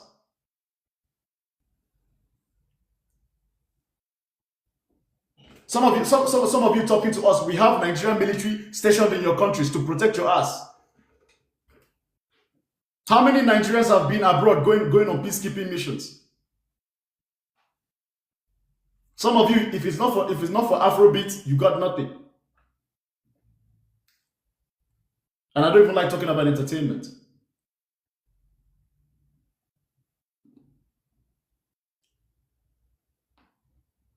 The fuck? If the convo lacks intellect, you can move. You know what's funny? Everybody tells me they don't like what I'm talking about, but guess what? They stay. Kingsley, if you say this conversation lacks intellect and you are staying in a conversation that lacks intellect, what does that say about your intellect level? Somebody in your comments just said to me, "There's Boko Haram everywhere, and how dare you say South Africa is safe?" I'm like, are you kidding me? I was in a safe. I don't know. I know. Wait, I don't want to focus on South Africa, please. Let's just make it general. South Africans will get their own thing, but it's not just South Africans that have been very intense to us. You can speak about your experience in South Africa. I'll let you do that, but I don't want to make it look like I'm just focused on South Africa. Or you get me? I'm speaking more general because this bias, this hate comes from everybody. We literally have a Cameroonian guy spewing shit to Nigeria. Meanwhile, Nigeria, you literally suck the breast of Nigeria. How dare you? You suck the breast of Nigeria for life, and you are in my comment section talking crap. Your president can barely walk. Your president is half dead. You've been at war with each other for the longest. Half your population is in. I'm from Akwa Ibom State. I'm from Akwa Ibom State too. Dude, your people are in my village right now. And you're telling me that we are nonsense. Can you imagine that, you know? Imagine imagine this guy. Imagine this guy. I agree with you. Nigeria needs to do some introspection. I have never denied that. I have never come out to say, oh, we are perfect. And in a But way, we know that. We know that already. we talk about it. We don't hide it. You cannot tell me Boko Haram. I know Boko Haram is there, but guess what? Boko Haram is not where I live. I'm not from the north. I'm not a Muslim. I have no business there. But there are things I've experienced that I can never experience even in the same Nigeria that you people talk about because you know nothing about it. And exactly, most of them know nothing about Nigeria, and they just think they just go on social media. They go into their circle jerk of just hate, and then they talk about, oh my God, Nigeria is this. See, let me tell you something. There are Nigerians today living better lives than people abroad. Yes, listen, it's no surprise. It's no surprise. Nigerians travel abroad for a better life. That's not something to be ashamed about. We want a better life. What's wrong in that? Somebody's asking me then why do Nigerians travel abroad? What kind of stupid question is that? If you want a better life, why won't you go to a place where you can become a better person and make a better life so that you can send money to your family? What's wrong with that? What's wrong with that? Like everybody else travels. Why is it that when Nigerians travel, it's a bad thing? Because we do things that they cannot do and they're jealous. Exactly. And the thing is this, it's just jealousy, That's just what it is. It's just jealousy. Because at the end of the day, Nigerians come into your country and do things you could never do. Period.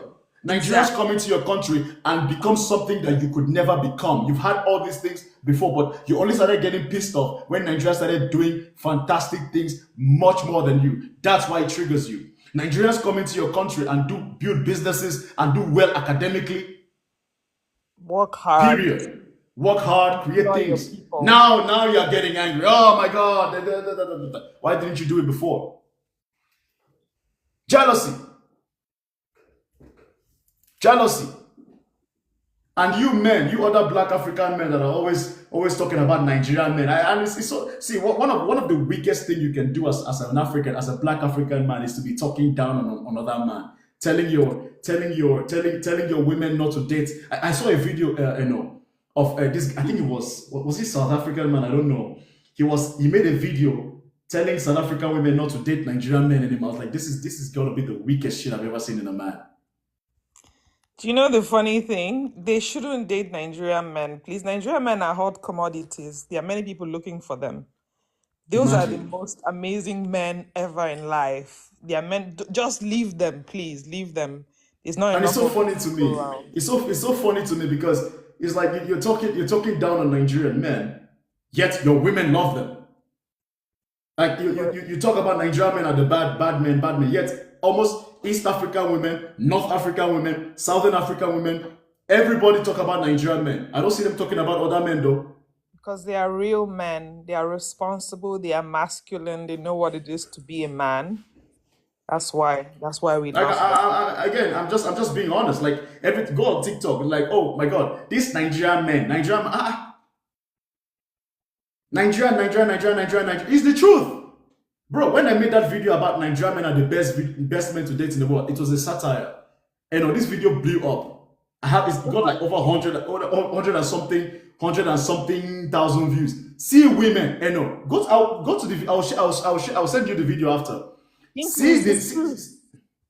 It's the truth. Yeah. If you want to hear an opinion about men that are preferred, speak to women. Somebody just said Ukrainians are migrating. I'll say, yeah, if you go to Lagos now, you see Ukrainian girls, they're looking for their Nigerian husband. So please, if you don't like Nigerian men, leave them. There are not even enough of them for the whole world. Them, I beg. No, I'm not going to let you talk down on my country just because you feel like it. Like I'm all for love, unity, and all. But don't you guys?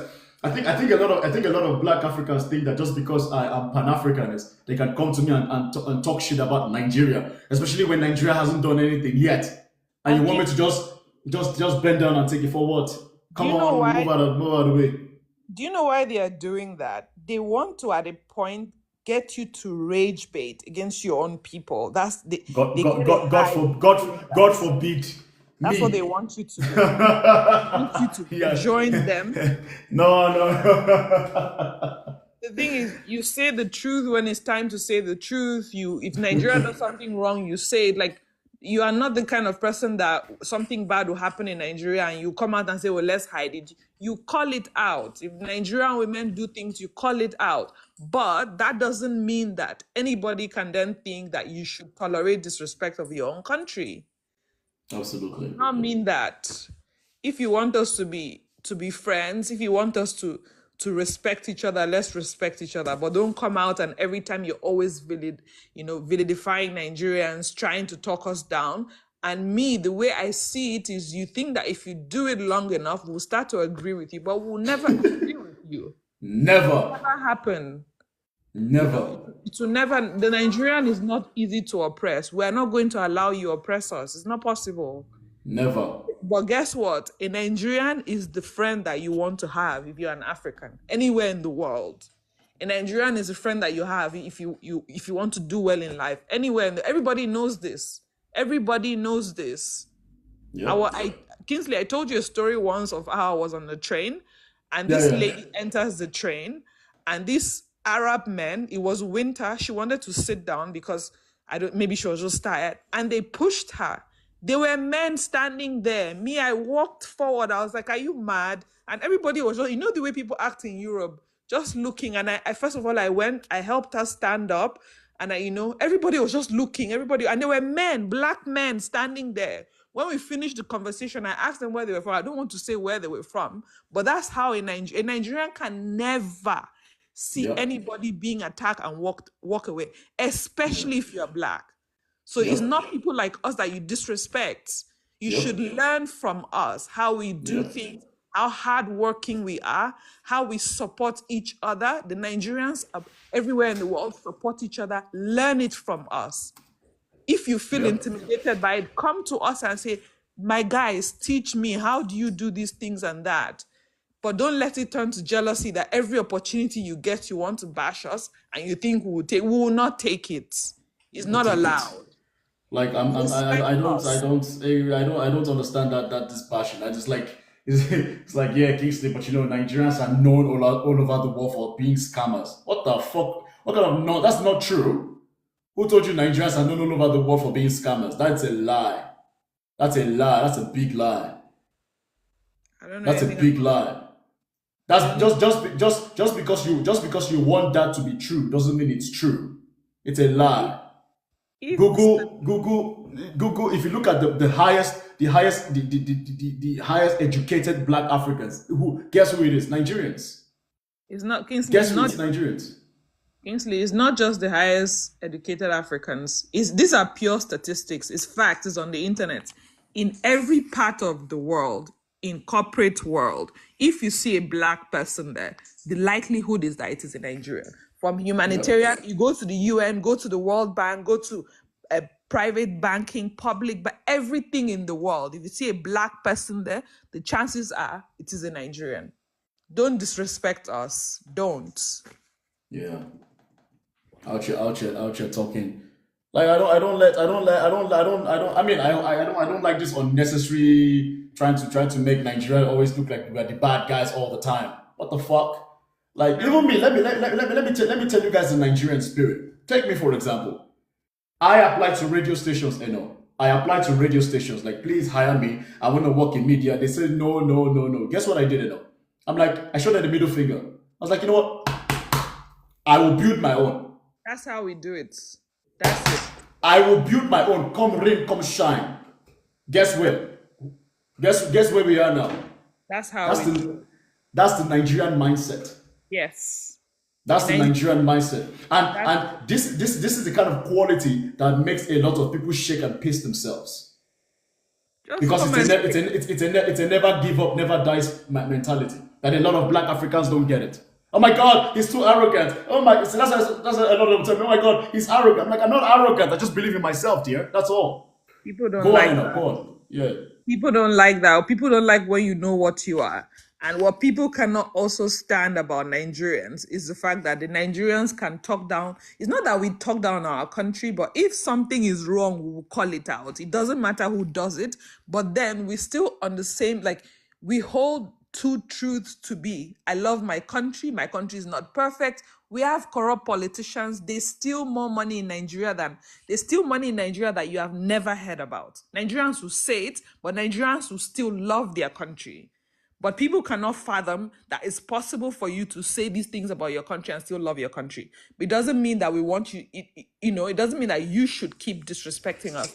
Because when we say it, we're saying our president did this person stole this man. Those are facts. Doesn't mean that we don't love our country. So don't come and now, because if you say Nigerians, I'm not a special kind of Nigerian. Kingsley is not a special kind of Nigerian. We are the average Nigerians everywhere in the world and in Nigeria. That's how Nigerian people are. So you don't pick a few bad eggs that you have in your country, which we have your own people too. Is it not in our neighboring African country that they found a farm of little girls that are being used into sex slave and that they rescued them from that country to other African countries, including little girls from Nigeria? Did you see us coming to talk about it? Because it's a bad thing, and bad things happen everywhere. Did you see Kingsley make a video to say, oh, we caught 15 South African scammers in Abuja last week, and these are the people, and make a whole live? South Africans would have done live for 7, 8, 10 weeks about this. Did we do it? No, it exists everywhere. Let's be guided. Now somebody is saying that Nigerians are successful because we're 300 million people. So now we've gone Okay, from ignore them. No, they will always move the goalposts. Move it. See, the thing is, they just ignore such people. They just want to move. They'll keep. See, one thing I've learned in this life, is this: you will never satisfy some people. Never.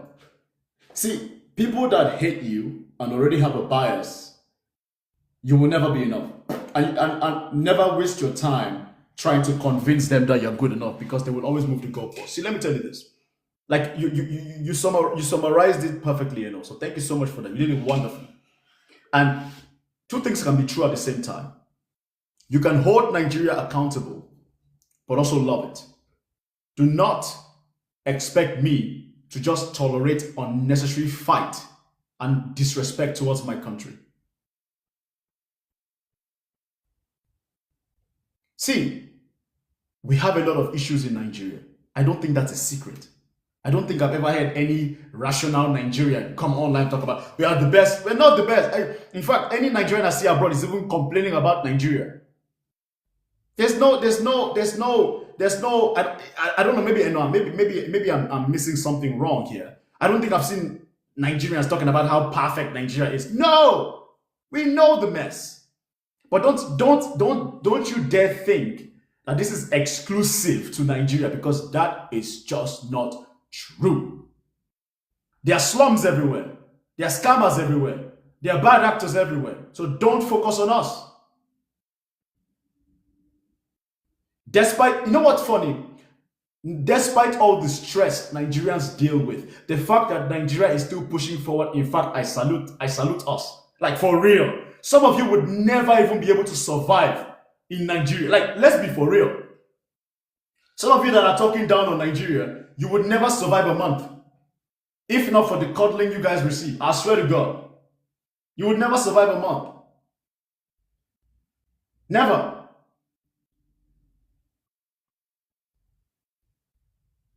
You would never. You would never survive a month. And I'm telling you guys this. Quote me if you want to quote me. Nigerians are successful globally because of the mentality. And I want you guys to listen to me carefully. And I want you to quote me on this, because I will back you up any day, any time. Quote me. My name is Mr. Kingsley. I'm the founder of this page. I want you guys to quote me. Click this. 1, 3. I'm going to count to 3. This is the Audacity speaking, okay? Quote me. 3, 2, 1. Let's go. The reason why the average Nigerian is successful is because the average Nigerian has a quality that most black Africans do not have, and that quality is audacity. The average Nigerian is audacious. The average Nigerian is audacious. So when the average Nigerian goes home or abroad, he or she is going to do every single thing within their power to win. That is why when you go abroad, you see Nigerians being doctors, the best doctors. You see Nigerians being architects, the best architects. Not even architects, the best architects. You see Nigerians being bankers, the best bankers. You see Nigerians being inventors, the best inventors. Isn't it a Nigerian that was played by Will Smith? That, I don't know, he did an invention, something in the medical field. A Nigerian. You have Nigerian academics. My sister is in her early 30s. She's a PhD holder, a professor, teaching. Nigerian. Her husband is one of the youngest civil servants abroad. Nigerian. And they're not unique, by the way. They're not unique. They are not unique. This is everywhere. So if you think that, when you talk about Nigeria, you always talk about the scam. You talk about deportation. It's a lie. You only focus on that because that's what you want to be true. And I'm just here to remind you. And I'm just here to remind you. I'm here to remind you that you focus on those things because you want them to be true. If you broaden your mindset and you broaden your mind, you will see Nigerians doing more positive things because we are. That's what you see because that's what you look for. If I choose to look for bad things from your country, I will find it. It's there. There's a difference. Nigerians, we are boisterous. We are loud people. We love life. We don't take shit from nobody. That's why we are Nigeria. That's why we are Nigerians. We are green, white, green, baby. We take care of everybody, but we don't take shit from nobody. We take care of everybody, but we don't take shit from nobody. Quote me on that. We love everyone, but we don't take shit from no one. We're not perfect. We're not perfect. We're not perfect, but God damn it, we are trying. The only thing fucking us up right now is just our leadership. We have shitty leadership. But the Nigerian, fantastic. The Nigerian, fantastic. The Nigerian government, shit. And imagine this. Imagine we have been able to achieve this in spite of a toxic government. Imagine what we can achieve with a functioning government. And you know the funny thing, whenever I think Nigeria is how old? It's a very young country, right? It's not an excuse, but whenever I think about the spirit of the Nigerian, the way the Nigerians behave, I know that I don't know if it's going to happen in my lifetime, but I know that Nigeria will not be able to remain the way it is because of how the people are. I mean, some things are already happening right now in the country. I don't know if you're really following what's been happening in the past week. But yeah, Nigeria is a struggling country like every other country that was colonized. Have we done? And I feel like there was something I saw yesterday where this guy said that he theorized that in his perspective, actually was President Obasanjo, ex-President Obasanjo said that the reason why most people, he wasn't talking about Africans, the reason why in the Western world people are somewhat angry with Nigeria or hate Nigerian is because Nigeria is a country that they have seen squandered an opportunity to come out of being a developing country to a developed country. He was basically analyzing the last 20 years and saying by 2014, Nigeria was like one of the highest ranking economies in the world. And somehow making one bad turn, picking a bad leader, we squandered the opportunity that actually the hate that people have towards Nigeria in the Western world is people are always like, I can't believe these people missed this kind of opportunity and look at where they are now. So things are not great. That's a fact. But yeah, I don't know why I have hope, but I have hope for Nigeria. I have hope as well because at the end of the day, it's still my home. You understand? It's still my home. I know that the average Nigerian is trying their best. I know that for sure. So I'm not going to allow somebody that probably has never been to Nigeria or probably doesn't even know anything about Nigeria is gonna just stay in their own dysfunction and try to tell me what we are. Man, shut up. How dare you, bro? We don't bother anybody.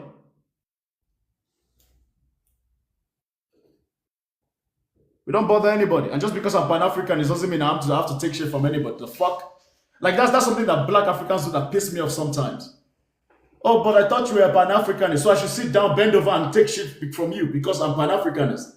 While you're insulting my country and not only are you insulting my country, you are using false stereotypes to insult my country, telling me that Nigerians dominate the powder business. That is not true, and I cannot let you carry on with such false narratives about Nigeria. Nigerians do not dominate the powder business. That is just not correct. It's not correct. You only use that, you only say that because you want that to be true. You need a reason. You need a reason to justify your hate. That is what you want. You probably know that's not true, but you're grasping for something. You're grasping for something to justify your reason why you hate. Anyway, let's hear people out. You can stay on, but let's hear Ude. Please make it quick, 2 minutes so that I can bring somebody up, okay? No, guys. No. We gotta get to 20k likes first. Before Ude, you can talk, but if you want to talk to me, we gotta get to 20k likes, man. Ude, go ahead.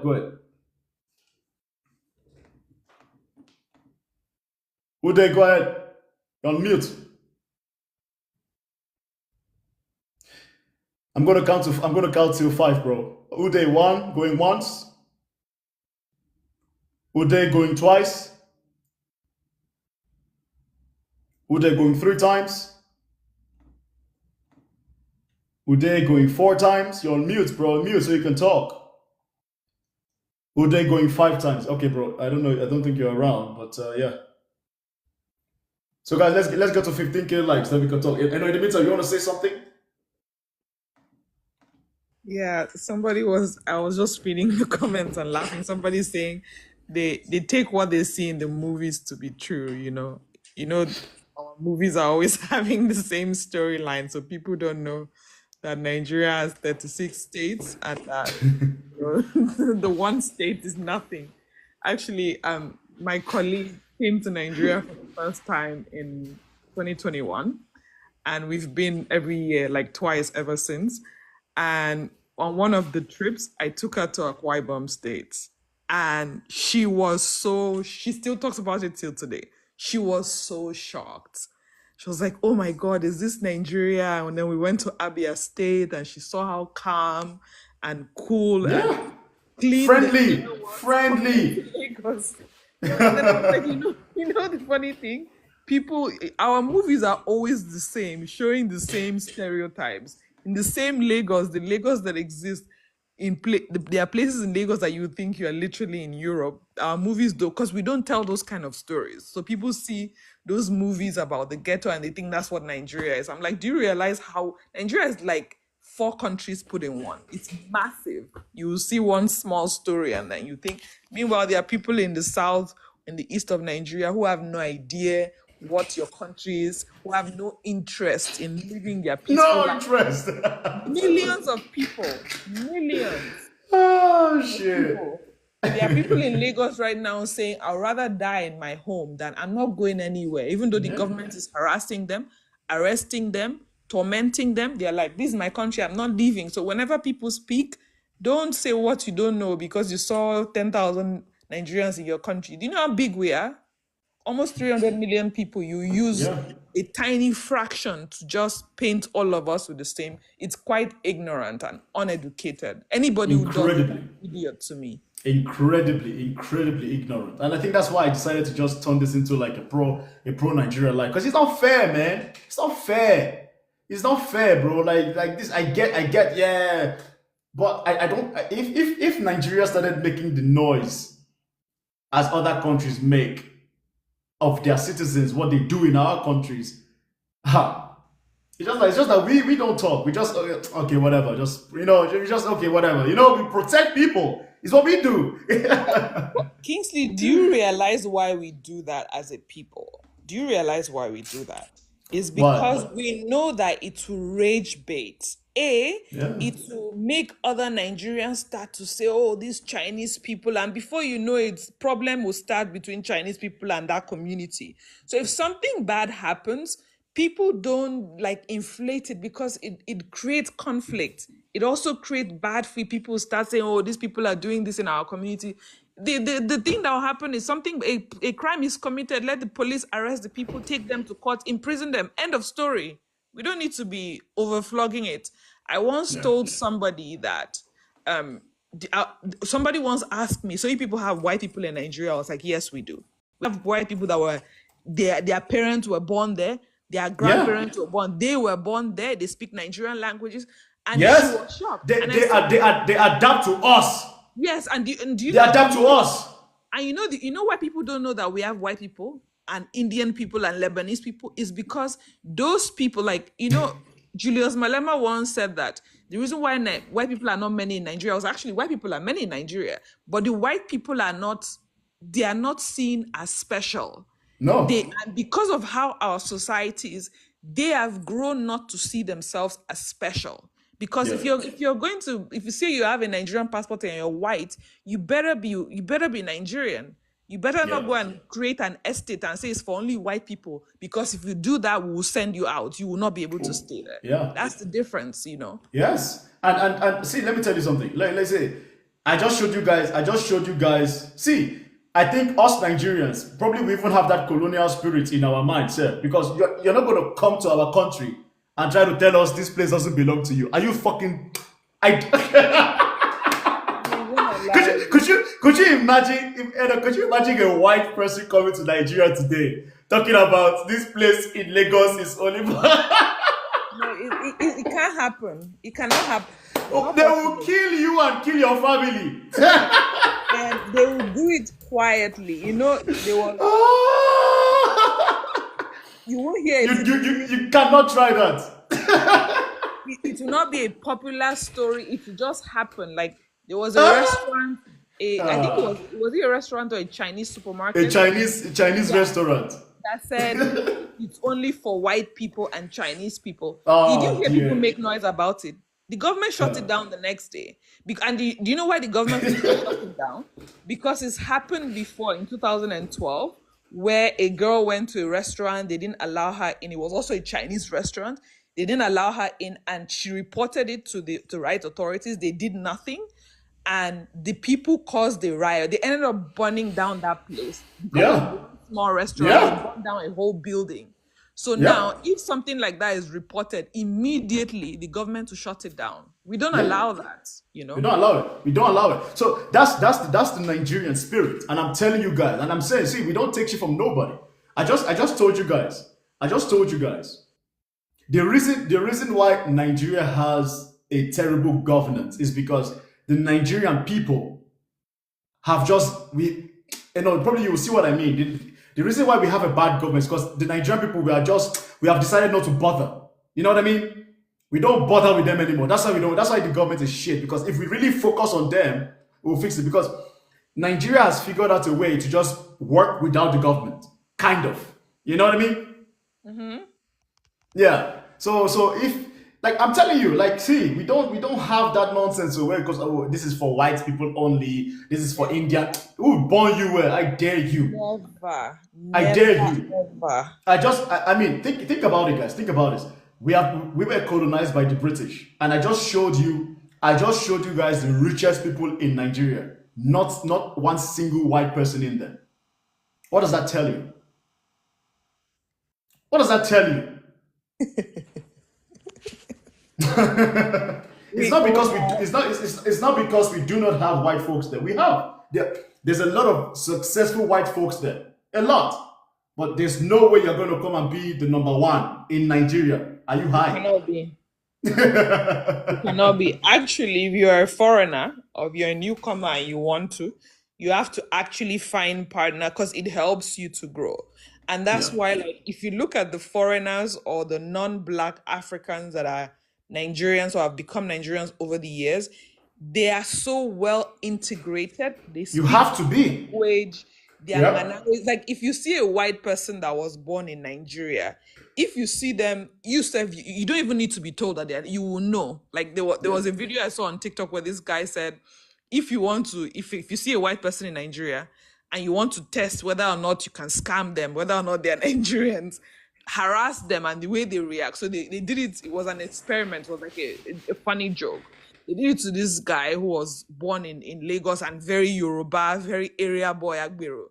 And the way he reacted, they had to apologize to him because he screamed at them. And then the guy was like, yeah, this one is Nigerian because you cannot oppress a Nigerian. Even You if he's cannot. white though, if he's Indian, as You long as cannot. he's a Nigerian, you can't, he will Yeah. not allow you to do it, you know? Yeah. Maybe you can get away with it if nobody knows about it. But if it becomes news, oh man, your days are numbered. Yeah. If it becomes news and Agberos hear it, your days are numbered. We don't care who you are. And that's I it. mean, And see, let me say this to everybody listening. And that is what makes me a very proud Nigerian. Because we know Nigeria has a lot of mess. I know that. But the Nigerian spirit is something that has meant. I mean, are you all slow? I'm going to assume you're not talking to me, Jazzy, because I don't want to demolish you. I'll just let you slide. But anyway, the Nigerian spirit is something that has made a lot of Nigerians successful. And that's something a lot of Black African countries should learn. And yes, you should learn.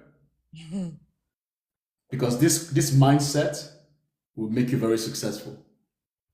We don't bow, we're not intimidated by nobody. That's why even when we go abroad, we succeed. We succeed. Put us in Antarctica, we succeed. Put us in North Pole, we succeed. And what do you have to say? Then I'll bring people up, okay? Yeah, are you? I don't know if you're following the story of this human rights lawyer that the Nigerian government is oppressing because of a book that he wrote, and the way the turn that whole thing has taken is actually one of the Nigerian spirits. So Send it to me. he writes this book about the corruption in the Nigerian judiciary system from his own experience, which he has a right to. And then one of the people that he mentioned in the book basically got the police to go and kidnap him from his house in Lagos and took him to Ekiti State and imprisoned him. But because he saw it coming, like somebody had tipped him off that, the police are after him, he made a press conference saying what was happening and how he feels threatened and blah, blah, blah, and why he wrote the book. And he will never retract it because this thing happened and he was, basically sharing his own experiences. And that book, most people would probably have never heard about the book. But because of the government's attempt to oppress him, the book is right now the number one seller in the whole world. Nigerians have bought the book. If you go on Amazon, you see it. Top selling book, top selling book, top selling book. Nigerians do very great things, and Nigerians We are not. do. Yeah, and people are like, if the government didn't behave the way they behave, none of us would have heard about this book. But now that We you want to, do. people are buying 50 copies and sending to other people. Read it. Since the Yeah. government wants to be stupid, yeah, I'll just. Yeah, Rosetta, go on.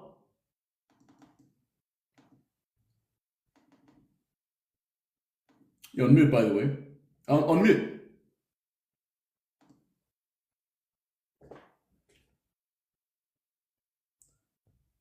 You should be able to mute now. Hi, Kingsley. Hello.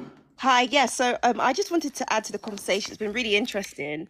So when I mentioned Pan-Africanism, I didn't mean it in the sense that because you happen to identify as that you should just quote unquote take any kind of nonsense from any other group of Black people because that's what you believe in. I don't agree with that at all. So I just wanted to make that like really, really categorically clear. Secondly, so you like I personally don't have any hatred towards Nigerians. I was born and raised in London, and I was very exposed to like many nationalities, African and other. Just to make that as a disclaimer. However, I did post a story a few days ago about a particular person who happens to be of Nigerian descent, and it had to do with deportation. And there was a reason why I personally reported on that story, and that just to give you context so you understand, because you might not know, that particular story involving that person had been something that was going on for over 5 years in the UK, and it was a very, very big story because it was about a group of vulnerable people in the UK that were taken advantage of. And these were just not any kind of vulnerable people in the UK. It was a group of vulnerable people in the UK from a very vulnerable part of London. And it was very close to home, where I knew people who knew people as far back as school days that had been connected with this person that had experienced a lot of bad things. And in my industry, nobody wanted to cover the story because it was a person who was seen to be looking after a group of vulnerable people in a way where the state didn't know how to interact with these people or help these people. So I personally had been following that story for so long, up until this point, from about 2018-19 up until this point, because very few of us could follow the story. And personally, as a journalist, I don't attach myself to any kind of loyalty to any identity when it comes to truth telling or telling any stories. So I just wanted to make that like really, really clear, because it was about a Nigerian man and it was about deportation. So what's the point? So the point is, I'm just making it clear, because it was referenced when you were speaking earlier that, you know, people are telling stories about Nigerians and deportation, and I happen to have been someone who spoke on it. So got it. No, good. No, that's fine. I know, I get it. I get it. You're doing your job, and I saw it, and I think I liked it too. It's Toby, Pastor. So even Nigerians have warned people about him. No, I understand. So I didn't do it in a way where I was trying to, you know, disparage Nigerians. I've helped Nigerians and I've been helped by Nigerians. I've grown up with Nigerians, different kinds of Nigerians, different tribal backgrounds. And I have, you know, I don't like to make disclaimers, but just to put it out there, because I don't want it to be seen as anything like that as we're part of this conversation. No, that's fine. It's not, honestly, I wasn't even thinking it was not. No, I just wanted to say. Fair enough, thank you. But the thing is this, even one thing about Nigeria, we're very vocal. Yeah. We have been rooting out, we have been calling this guy out. I don't like him. I'm not even a Christian. I'm not even religious. I don't even like him. I'm not even Christian, but I feel like this guy is just using Christianity as a sass. People have been calling him out. And by the way, to the people in the comment section saying, you see, this guy is not unique to Nigeria. There's a lot of fake pastors across Black African countries. Mm-hmm. There was a Black African pastor that was exposed for making, was it in South Africa, for making his people drink fuel. Mm-hmm. He made them drink fuel. He made them eat grass. So it's not unique to Nigeria. Because everybody, a lot of people like to make it look like it's unique to Nigeria. It's not unique to Nigeria. Okay? There's a lot of Indians that also get deported from the UK. There's a lot of people that get deported.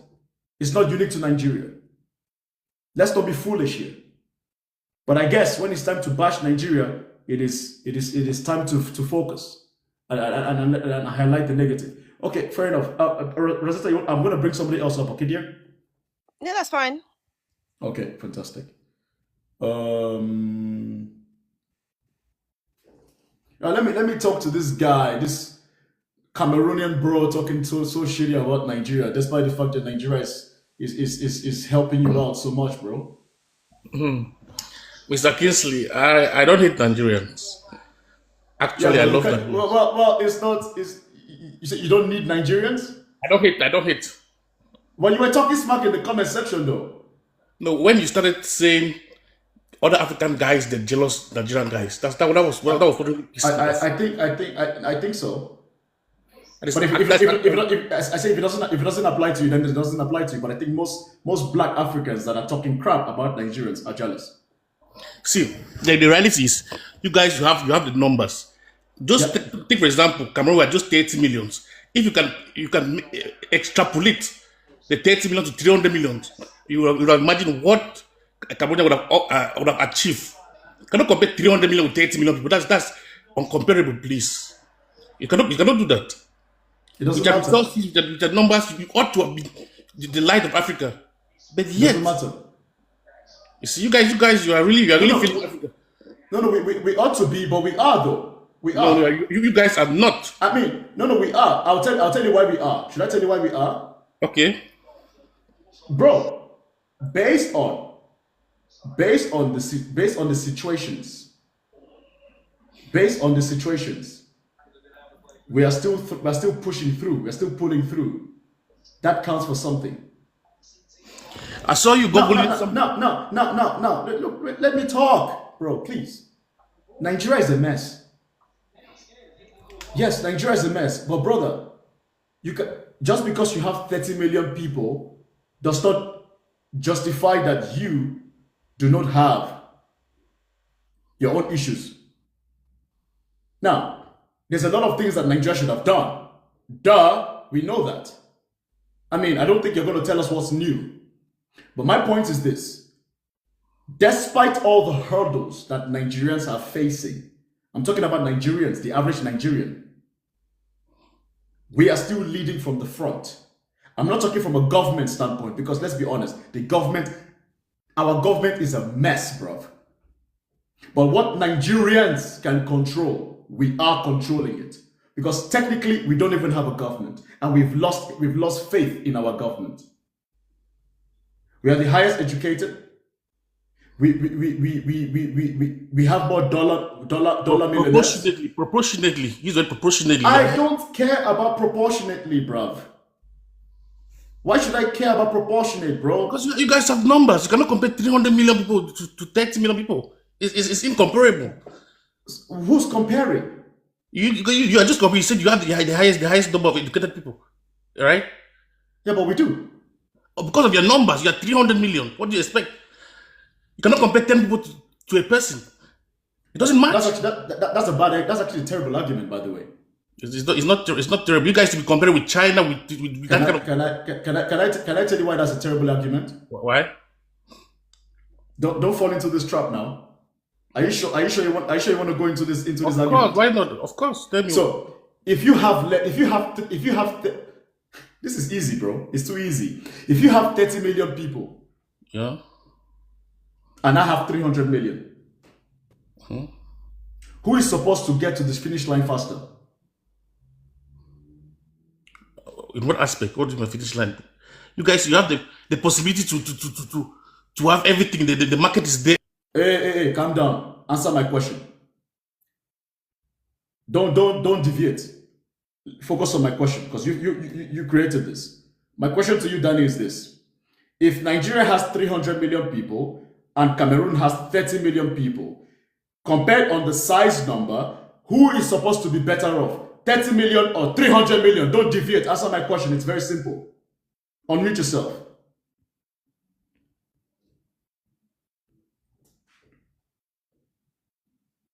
Unmute yourself. I think with your number, it's an advantage. It's a plus. I'm not gonna engage in stupid conversations. If you have 30 million people, a smaller population size, and I have 300 million people, a larger population size, I have much more people to take care of. You that have 30 million, you have to be more successful than me because you have less to worry about. Exactly. Why is this so hard to see? When you don't want It says you have the numbers. If I have a larger number of people to take care of, it's more to spend. If you have 30 million, you have smaller. You should be faster than me. So actually your argument works in my favor because despite the fact that I have a large number of people, I am still leagues ahead of you. That means you suck. But you have the numbers, you have the market. Oh, what kind of nonsense argument is that? I mean, anyway, am I missing something? You're not missing anything, but you know when hate doesn't allow you to see road, you can't see road. So yeah. You suck, bro. You suck. You have hate in your heart. Your hate blinds your logic. Talking about you have the numbers. What kind of nonsense logic is that? Imagine it's like somebody having a small. Okay, let me make it even simpler. I drop you because you're talking shit, Danny. Let's explain. Let me make it simple for you, Danny. If you have a small apartment that has 30 space, and I have a bigger apartment and it has 300 space, which apartment is easier to clean? 30 or 300? Which one? Homie said walk first. I beg, sit down one place. Eugene, take, go ahead. Eugene. 1, Eugene. 2, Eugene. I'm going to count to 5. 3, Eugene. 4, Eugene. 5, Eugene. Are you there? I'm going to count to 5 again. 1, 2, 3, 4, 5.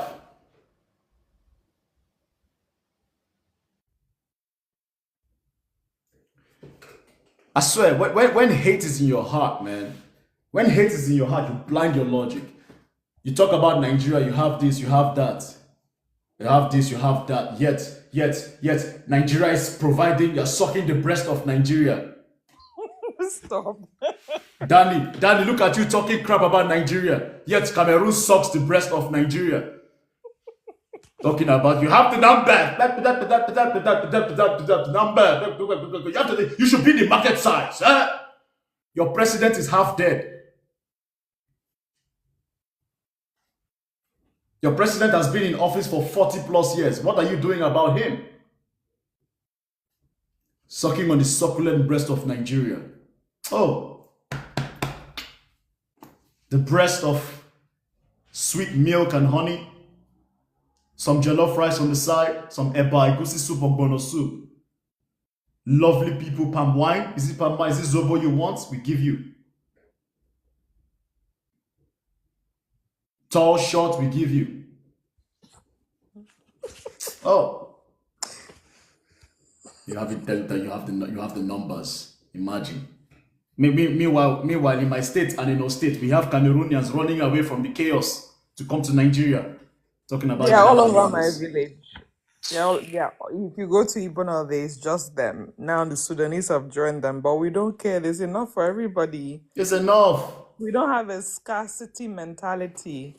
You would never see a Nigerian say, "Oh, don't let people come." There's enough for everybody. There's markets for. Oh, Jazzy said you two are from Boko Haram. Jazzy said we are from Boko Haram. Oh, Jazzy. Oh, we are from Boko Haram, but you people come to Boko Haram, no? How interesting. Taffy, go ahead. Hello, can you hear me? Go ahead. Can you hear me? Yes, I can hear you. Okay, right, okay. So there's one point that keeps being made. Sorry, I'm outside. So there's one point that keeps being made, and it's that Nigeria is a pro-Black or Pan-African country. And I kind of disagree with that. I don't think there is any African country. Are you Irish? That is, pardon? Are you Irish? No, I grew up in Scotland. I'm Black. I'm Zimbabwe. Zimbabwe, okay. Yeah. So, have you been to Nigeria? Pardon? Have you been to Nigeria? No, I haven't. How old are you? I'm 29. Okay. So, give me specifically why you think Nigeria is not Pan-African. I don't have a reason, but I just don't think there's any African country that is pro-Black or Pan-African. Okay. And if I were to choose any, it would be the three in the Sahel. So it would be either Mali, Niger, or Burkina Faso. And I would choose. I agree with that. I would choose Niger. Yeah. I think Niger is the most pro-Black, in my personal opinion. It's And not. It's not. No. It's not. I'm not saying we're the most pro-black. I'm not saying we're the yeah, most Pan-African. I'm saying we are a Pan-African country because we literally are. huh? Everybody is in Nigeria. That tells you something. But could we Everybody's in argue? Nigeria, and historically, no. Let me. Okay, since you've not been to Nigeria, and I Yeah. have to tell you why I said that. Okay. I think it's only fair for me to tell you why Yeah. I said that, right? So this is why, if you look at history, because history plays a key role, it starts from history. Historically, Nigeria has been at the forefront on everything that relates to the unity of Africa one way or the other. That's number one. Number two, Nigeria currently houses multiple African countries and not complaining. Happily. Nigeria donates. We don't talk about it. We do. So neighboring countries. It's just that we don't talk about these kind of things. It happens. Nigeria houses refugees from neighboring countries. Like I don't know what else, man. I'm not saying we are leading from the front Okay. because I never said that. Okay. But My dear, it's very uncomfortable to hear you right now. oh, is it? I'm sorry. Yeah. I'm So sorry. Maybe when you settle, you call back in, okay? Okay, that's fine. Sorry about that. Somebody's asking me why was Tinubu in France. What kind of stupid question is that? Am I the president's keeper? The fuck? Like some of you guys are gonna reach. You're gonna reach for anything. Why was Tinubu in France? You know the funny thing? In Nigeria, people are trying to kill Tinubu for Macron trying to lick his ass, but people are now trying. We are not in support of Tinubu in France. We're not in support of it, so you can't use it to shame us. We know it's wrong. You can't shame people that are indifferent. Go on, Lebu. Hello? Man, network is a bitch today for a lot of people, huh? You know, this your live has given me a reality check today because you used to say that this hate about Nigerians is not real. Today is the first day I'm actually like, It's wow, real. actually heavy. You know, it's terrible. Yeah. Bias. Medicine, go on. Hey, bro, I really appreciate this room because you're dealing with these stupid people. They need the way they need to be dealt with. Honestly, I always, and for some reason, TikTok thinks I need to be seeing these stupid people in their lives. There are more rooms about Nigeria and Nigerians that have no Nigerians in them than there are people in Nigeria. You understand? And I always say, once Nigerians decide to take time off their busy schedule and face you people, it will be the end of Africa. It'll be the end. But the reason I have my own theory as to where the hate is coming from, anyways, right? I think, I'm trying to think of the best way to put this. I think a lot of these Africans have made excuses for themselves, and the existence of Nigerians makes it hard for them to live in those excuses. Especially when they face Nigerians face to face, or Nigerians show up in their place. You understand? So you'll always notice this pattern, right? Nigerians, we travel. It's natural. You understand? And in their mind, the person coming to their place is inferior to them. That's just what they're going to think. That whatever issues they have, this person must have worse issues. Within 6 months, 1 year, 2 years, that person is now past them. They now start talking crazy. You understand? I grew up in the US. I saw this happen with my own two eyes. At first, it began with jokes. Haha, Africa this, Africa that, Africa that.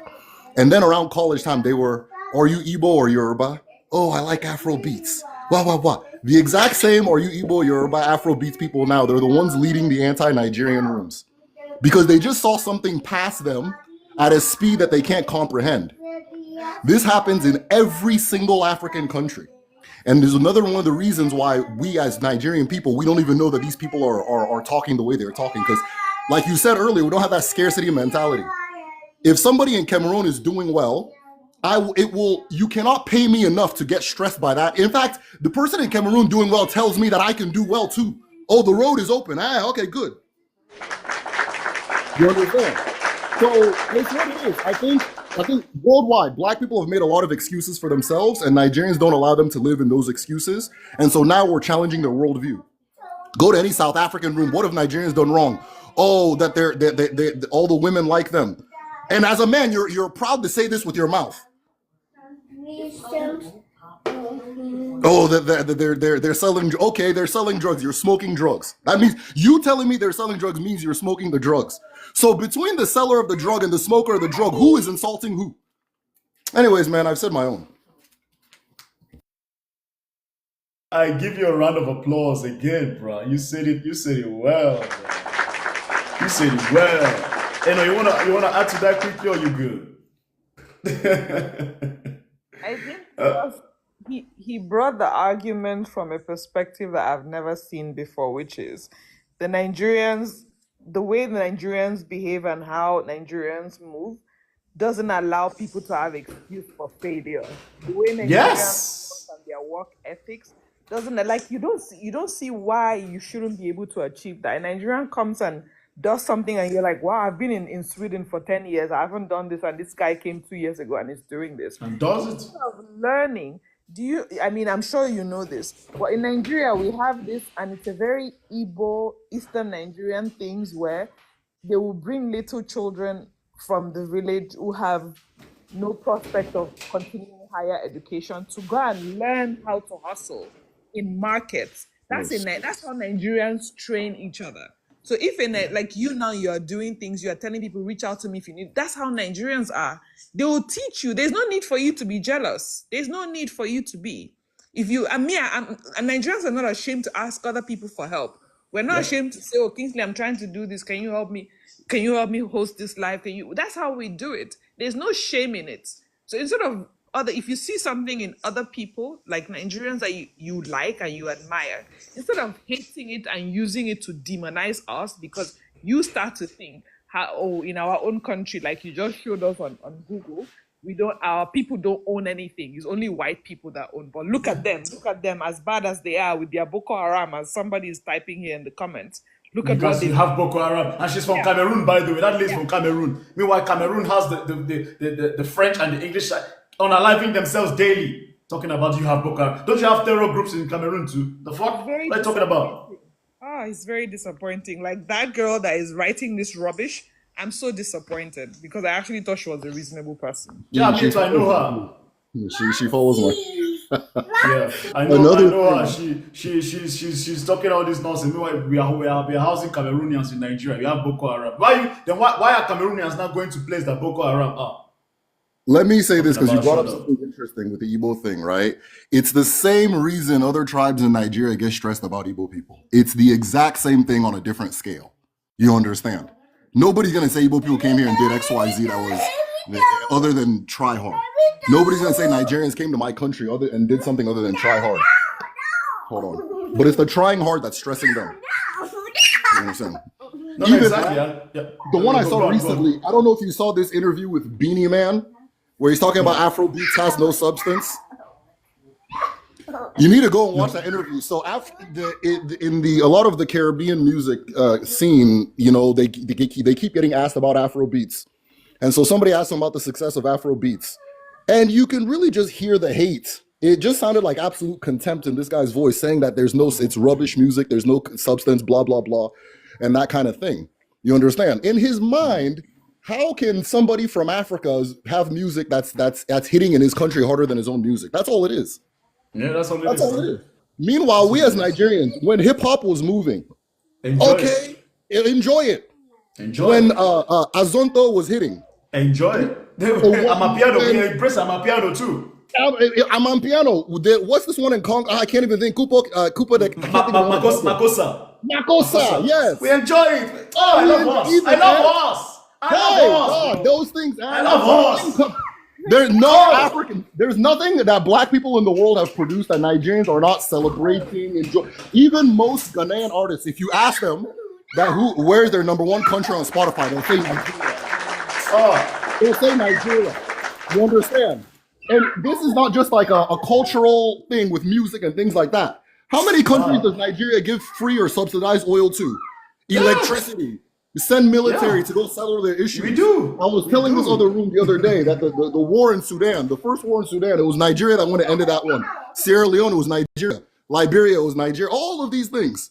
You understand? That they want to come and say Yeah. that Nigeria is not a Pan-African country. Nigeria is African Nigeria. country. Because Like even on my page, I've hyped up other African countries. I've even hyped up South Africa. I've hyped up Kenya. listen, on I've my hyped own. up. We share. We love everyone. We support people. We don't get threatened. Yes. Because our mentality is if you're doing well, that means it is possible for a human being to do well. If I Yeah, enter a that's room and us.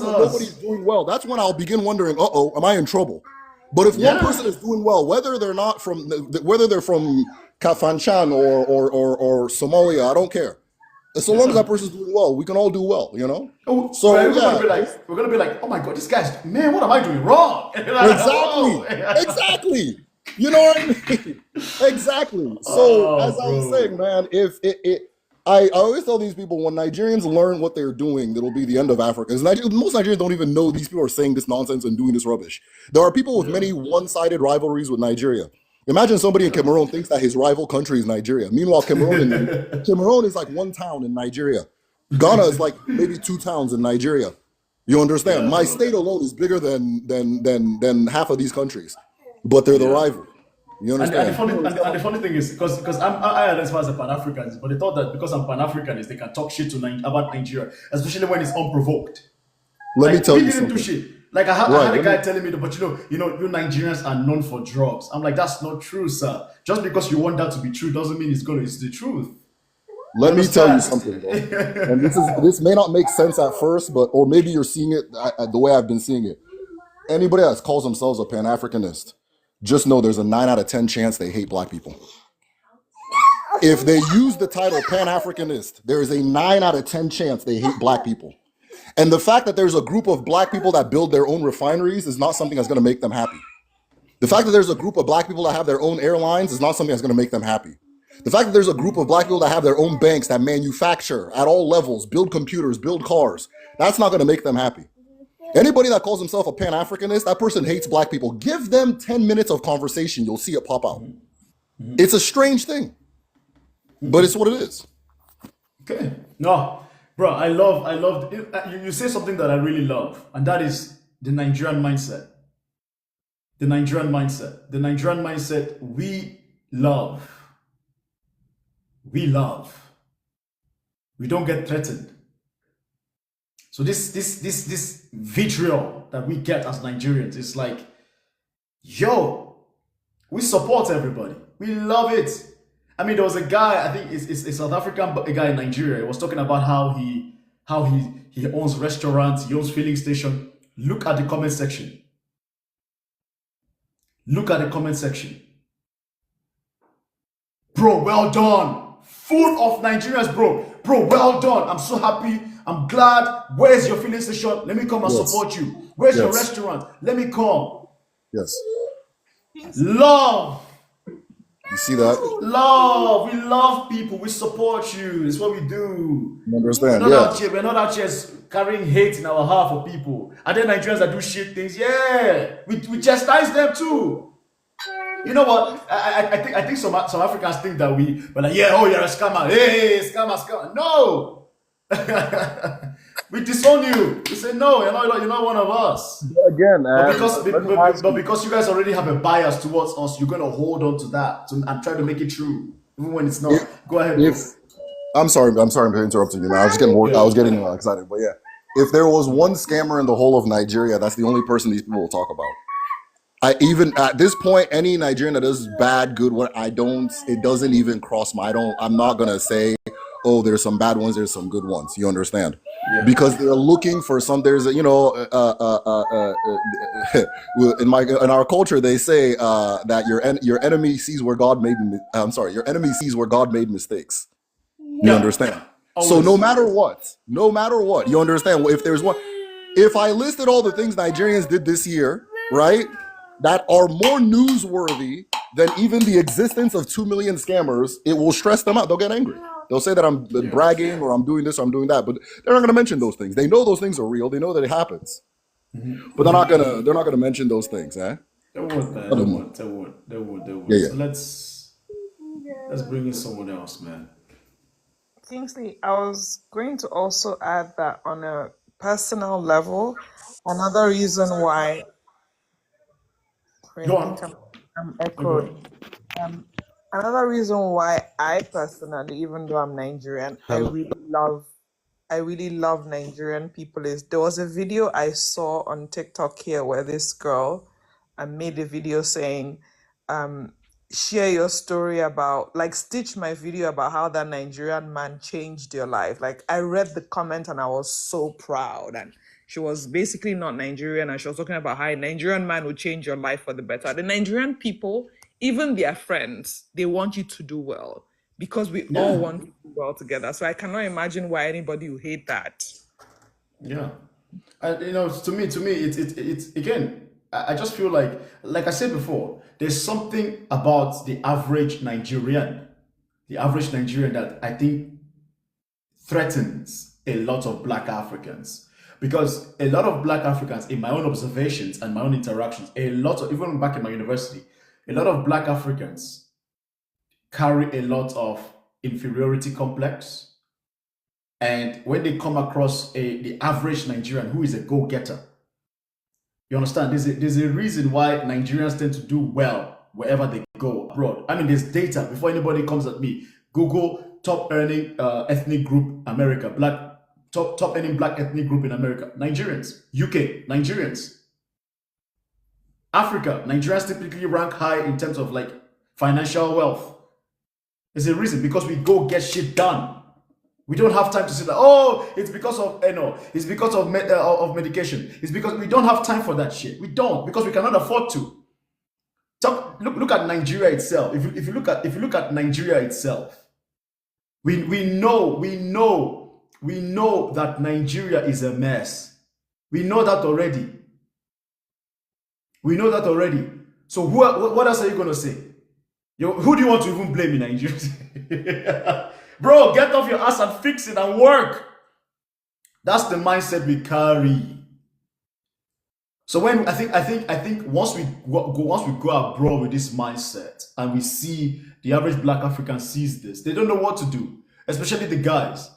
See, imagine a black African man, imagine a black African guy who likes to complain about everything else but take responsibility, and he sees a Nigerian guy. He sees I can't see your full name, the medication, I don't know, I can't see you, and he sees him or he sees me. We come into his country. He has been in his country for generations. And then we come into his country as immigrants. And then in the next, like you say, 6 months, 12 months,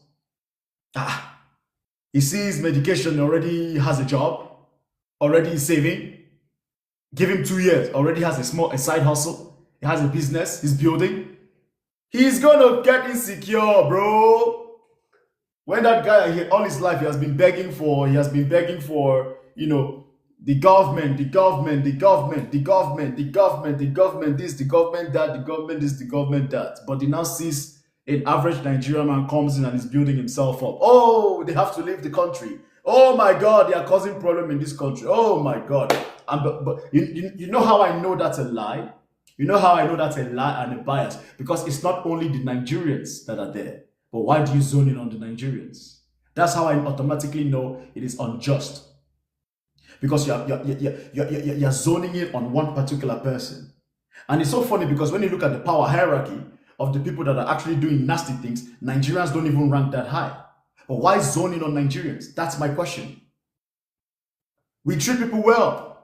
I am yet to see Nigerians go out of their way to treat somebody horribly. I swear, we would rather even treat ourselves bad than treat somebody else bad. I don't know if you guys have noticed this. Like, the average Nigerian would rather treat another Nigerian bad than treat a foreigner, like an immigrant, terribly. Like, I don't know, like, have you seen when we have a guest in your house? Like, imagine when we have a guest. Bro, we are sleeping on the floor. You are sleeping on the bed. I'm sleeping on the floor. You're taking my clothes.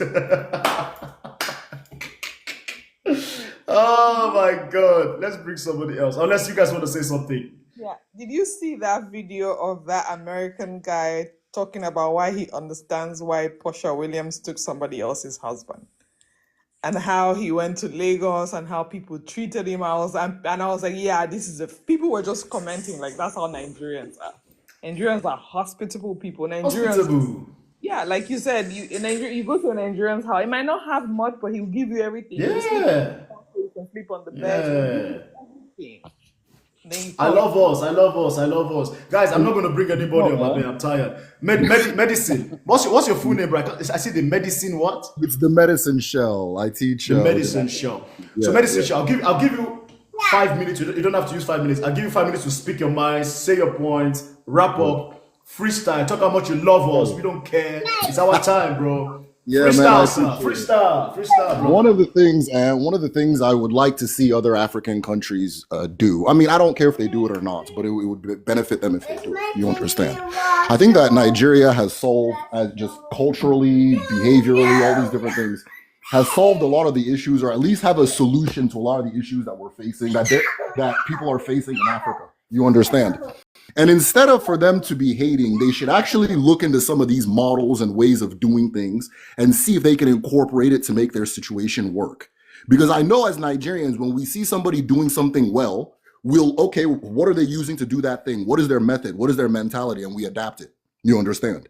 And so it's strange to me that somebody will be complaining that Nigerians are buying all this, or they have all of this, they have all of that in their country, and they're not asking how. They're not asking how. And there's not a Nigerian person, living or dead, that is not willing to tell you exactly how, because it excites us to tell people how to. It's exciting to us to see somebody succeed because we contributed to their help, to their situation. You understand? So instead of for them to be like, okay, let me see how they were able to succeed in this area or that area, how they're able to do this, they just turn out. Even the one that's funny too is the one. I mean, this is gonna be funny, but the one with the women too is the funniest thing. The one with the women is the funniest thing. You go to every African country, all the girls are talking about Nigerians, all the guys are talking about they should get rid of the Nigerians. Okay, ask the Nigerians what they're doing. Mumu, ask the Nigerians what they're doing. Ask the Nigerians what they're doing. It's just now, it's just now because of TikTok. It's just now. Oh God! It's just now because of TikTok. Medicine share. Take it easy. Let's enjoy that point first. Now, relax. Let's enjoy why Nigerian men. You understand? Let's flex a little bit now. What do you think, sir? Let's flex. Shall we flex? Okay. We can flex now. We can flex. No Let's problem. flex. They will hate us even more, bro. They'll hate, so let them hate, you know. But no, like I was saying, go on. Look at half of the rooms on TikTok is women saying, "I want a man that pays the bills," and then all the men are arguing. Meanwhile, my daughter's being loud. Hold on. Meanwhile, my grandfather could have told you exactly what it is. It's just now that they're learning.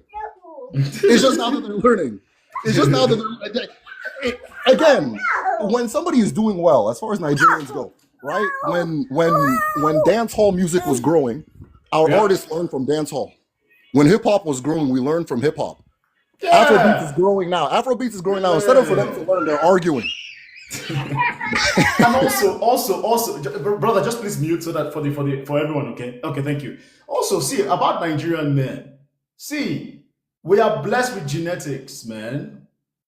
Like, let's be honest. If I'm being honest with you guys, there are 5 groups of Black African countries, Black African men, that I would say have the charisma. Nigeria, Congo, Côte d'Ivoire, Cameroon sometimes, Ghana. I don't know if I've mentioned Ghana, but to me, those are the 5 Black African countries, man, that I know that, bro, charisma, they know how to talk. We can make the average woman, we can make her swamp flawed, if you know what I mean. We can make the average woman's swamp to flawed, if you know what I mean. We can make the average woman's swamp to flawed, if you know what I mean. Overload, man. Do you agree with me, sir? I agree, my brother. I agree. You know, instead of I mean, look at all this.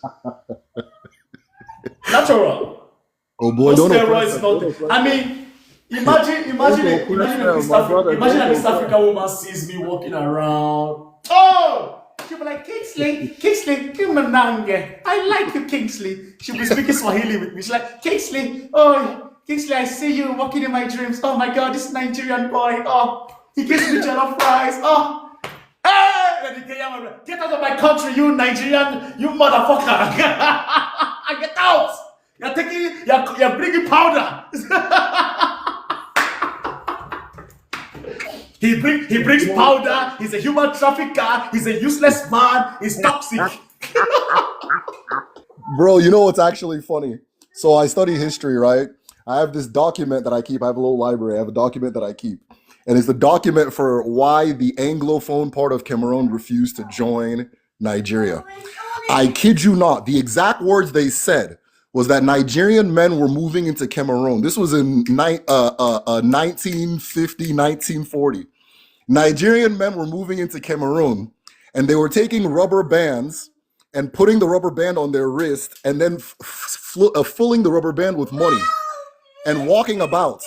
And that this kind of behavior is confusing the women, and that they cannot be in a country with these kind of people. I kid you not. I can post the thing right now if you want. You understand?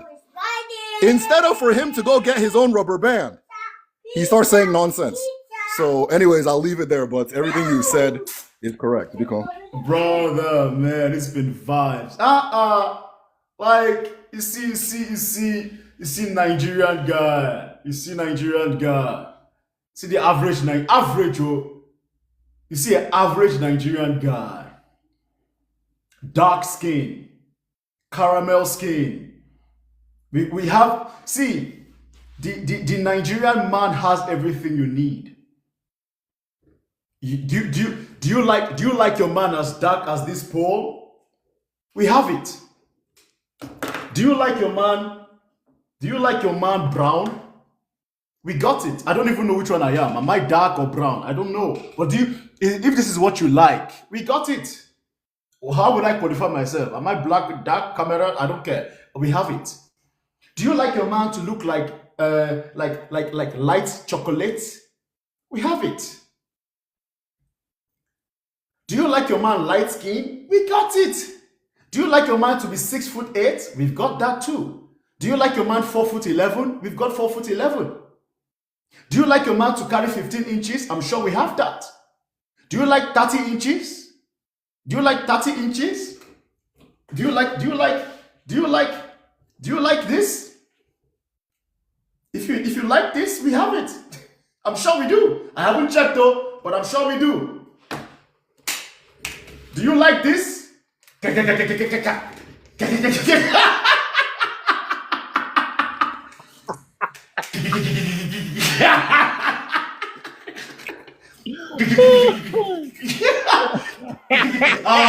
This one said Yoko tree.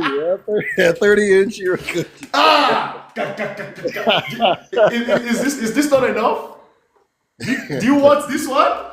Let me pull that. Do you want this one? Poo, poo, poo, poo. We got it. You understand? Whatever you're looking for, we got you. Just place your order. We got it. So you see, from this to the machine gun to the bazooka, we got you. Nigerian men. And no, I know you're the lady of the house. I'm sorry for talking so vulgar, madam, but I'm sure you forgive me. That is not a fact. You know, it's a fact. Everybody knows this. You know, everybody loves you guys. We love you. We Nigerian women, we love you. We want the best for you. We think I market you guys everywhere. I always tell my female friends, you're looking for a husband, find you a good Nigerian man, because there's nothing like a Nigerian man's love. That's a man who knows he's a man. He will take care of you. He will protect you. He's not a sissy. He's not a feminine man that is looking for bring 50% of the bill or pay for the date. That's not even a little boy in Nigeria knows this. You know, you guys are the most amazing creatures that ever existed on earth. Take it. Exactly. And guess what? I'll just add to that. See, the average Nigerian man is ambitious. That's what even makes that's what makes women very attracted to us. The average Nigerian man is incredibly ambitious. He can compete with any man straight up, individually. Kingsley, He will but get it. do you know that it's beyond that? I was having a conversation with my friend this afternoon, and she's not Nigerian. The Nigerian man is not just hardworking, but if you're a woman, and especially if you don't understand the culture like you're non-Nigerian, if you're with a Nigerian man, your life will change. He will push you to be the best of yourself. He will want you to, Nigerian men are amazing. I don't know what people are talking about. And there's not enough of you. You people are hot commodities. Never allow anybody talk rubbish. If the people that don't want, leave it. The white girls want. Other people, everybody wants a Nigerian man. What do you mean?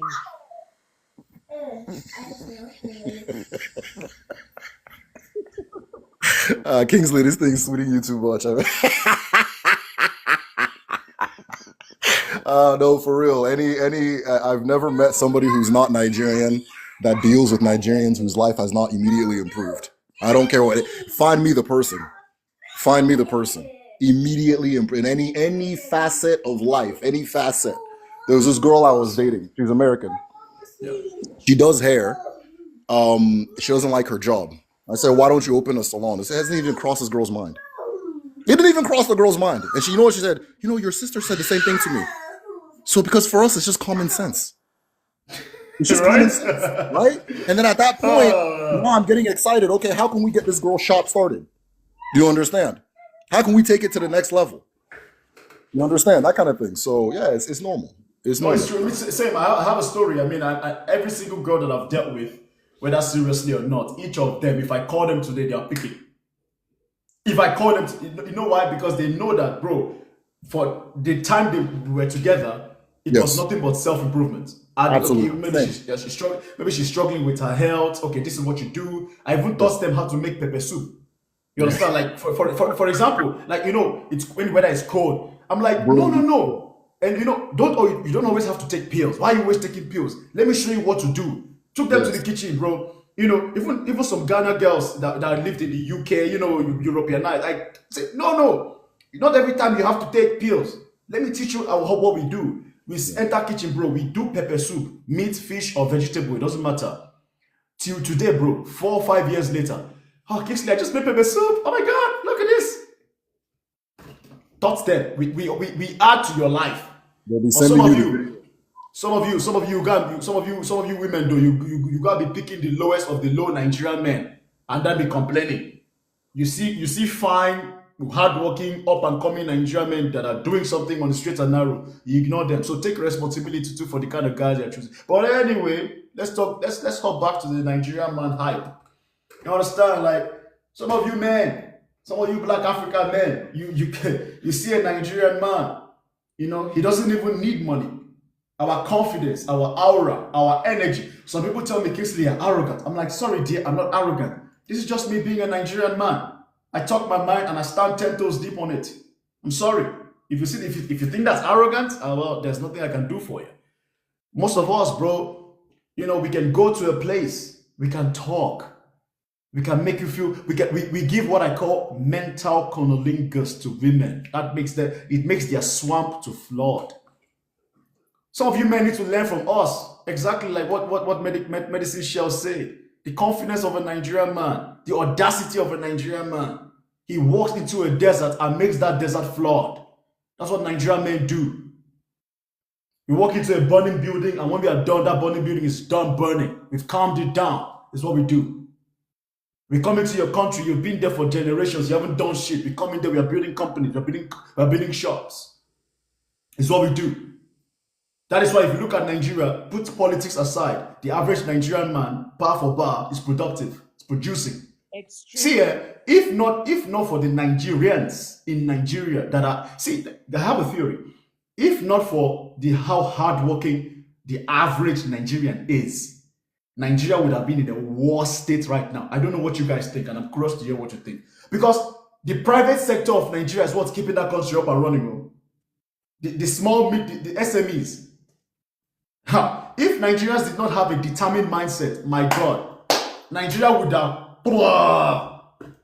What do you guys think? I think you wanted to make your own point, you know. No, any sect. Go ahead, and I'm sorry. Go ahead. Yeah, go ahead. Yeah, I was going to say that's a fact because even though we're a big economy, most of our economy is informal. And what that tells you is that it's the small business owner, it's the market people, it's the small Nigeria is filled with small industry. That's what runs Nigeria. But then that's only possible because in Nigeria, the average Nigerian kid who's born in Nigeria is already born knowing that they are disadvantaged in life. And their parents would do anything to make sure that they go to school because that's the only chance they have. Now, if you're a child like that, you come out, you're not coming out to start looking for a job. There's 300 million people. You are growing up with the idea that the government will do nothing for you. And because of if you go to universities in Nigeria, you go to Unilag, you see 17, 18, they are running businesses. They are doing and they are in school, they are students, but they are running businesses because they know that people are learning, there are medical doctors who are learning how to do hair, who are learning how to sew whilst they're going to school, because they know that the Nigerian government has nothing to offer. So you see, by the time they come out of university, they've already created a path for themselves. That's how those things work in Nigeria. And these are things that other African countries, other people should learn. Instead of hating something that you don't understand or something that you might admire, go and ask a Nigerian, I want to do this. How can you help me? They will help you. We don't gatekeep information. We want everybody to do well. We like our friends to do well. We want everybody that is around us to do. If you ask a Nigerian for help, they will help you. There's no need to hate. No need to hate, man. There's no need to hate. I think listen, the only thing that we just need now is just some decent lead, not even perfect, just decent leadership. And I don't know how we're gonna get that. That's actually my main focus right now. Like, how are we even gonna get? That's another conversation altogether. But my dear, it's almost morning for me, and I really want to enjoy. I want to sleep. Okay, Yeah. I want to sleep, and I think I Thank you deserve a for rest. having This has been nice, and what don't you? This has been nice. Yeah, thanks for having this live, man. Been nice. It opened my eyes to a lot that this hate about Nigeria is actually a real thing. It's not.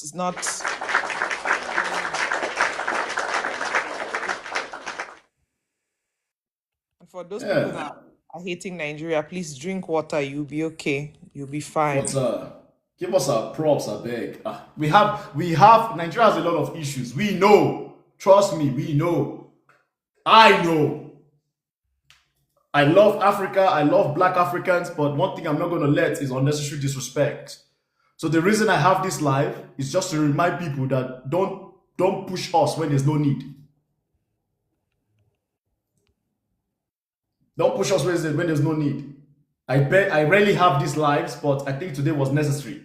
Maybe tomorrow, if I come live tomorrow, I'll talk of something else. But this is for you, man. I'll give you a roundabout. I'll give you. In Nigeria, we say I give you 3 bozas. I'm going to give you three claps. So this is the first one.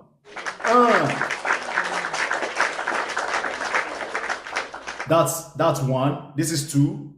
Boza. And this is the 3rd boza for Eno. So guys, we are going to do something for Eno, right? If you are Nigerian and you love what Eno has said, give her a round of applause. Put a clapping emoji in that comment section for her. If you love Nigeria and you appreciate Nigerians and you appreciate what Eno has said, put a round of applause for her. Support, I beg. Thank you so much, Eno. I love the way you hyped us up today, man. That was lovely. I love us, man. I will not tolerate any slander of us. If you have criminals of us, bring it out. We will join you to condemn it. But don't use that to paint all of us. We will not accept that. Thank you so much. Like, we good. We know we have a lot of stress, we have a lot of issues. We know, like, Let us breathe. I beg. Let's breathe.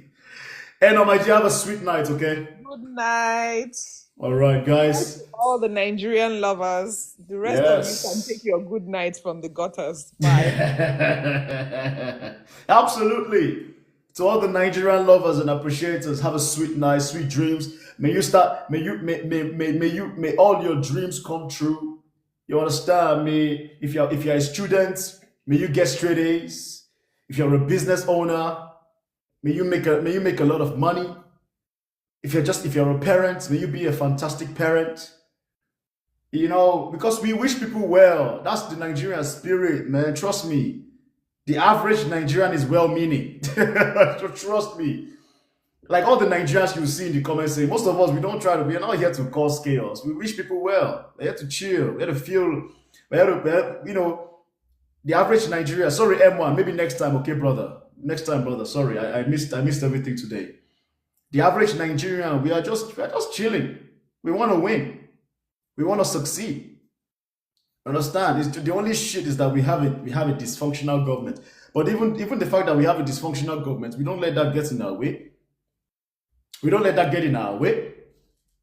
I don't even see everything I've said about Nigeria. I didn't even talk about entertainment.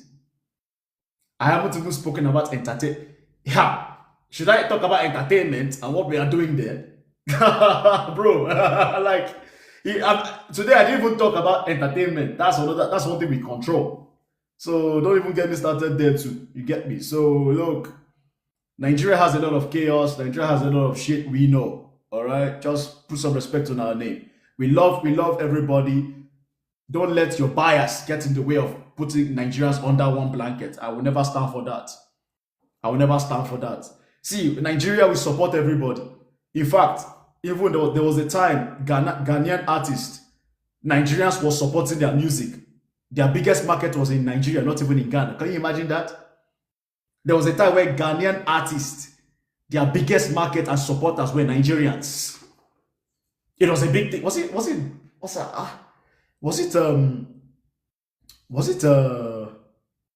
last year? I don't know. For those of you that are more into music, those of you that were into music more than I, like there was a time like Ghana or something. Yeah, like it was like like this. Yes, we don't judge. We're like, bro, is it good? If it's good and we enjoy it, we are going to support you. That's it. We don't. Black Sheriff. We supported Makosa. We enjoyed Makosa. We enjoyed rap music. We enjoyed it. Hip hop. We enjoyed it. Even Amapiano. We enjoy it. We add to it. We vibe. You get me? You get me? You know, it's what we do, bro. We have people from all over the world coming to enjoy Nigeria. We good. If we have, even some of us, we don't even have the money, but we'll still share to give. It's what we do. We don't. I remember back in the days, my mother, we didn't have food, but the little we had, she would say, okay, let's share like this. Go and give it to that person, and we eat this one. It's what we do. We don't go and protest. We don't say, oh no, we don't say, get out of our country. Get out of the country. Move out of the country. No, tap, go, leave, go, pop, go away. And then burning people alive and destroying their shops. Come on. It's not us. We don't do that. We like competition. The average Nigerian is competitive by nature. Come and compete. We'll compete with you fair and square. May the best win. That's how we work. May the best win. Period. May the best win. We love competition. Example. Dapo, I hail you, brother. How you doing, Dapo? Competitive. There was a lady from Gambia. She came to Nigeria to do business. She said she's not leaving. We said, okay, fine. Take your shop. She has shop. She's successfully in Nigeria. Competing. Nobody stress her. Compete. Make your money. I'll make my money. Period. In Lagos State. She came to Nigeria to hustle. She's hustling. She's even complaining. Oh, the light. Everybody's complaining about light. But madam, enjoy. Do what you can. We'll support your business. Oh, these foreigners are coming to take our business. We don't have time for that. No. No. We don't have time for that. No, we don't. We believe in ourselves to compete with you. If you beat us, you beat us. If we beat you, we beat you. That's it. Everybody can eat. There's enough for everybody to eat. I love us, so I love us. See, I won't lie. Listen, I am a proud Nigerian man because I know at the end of the day, I know this, I know the Nigerian spirit.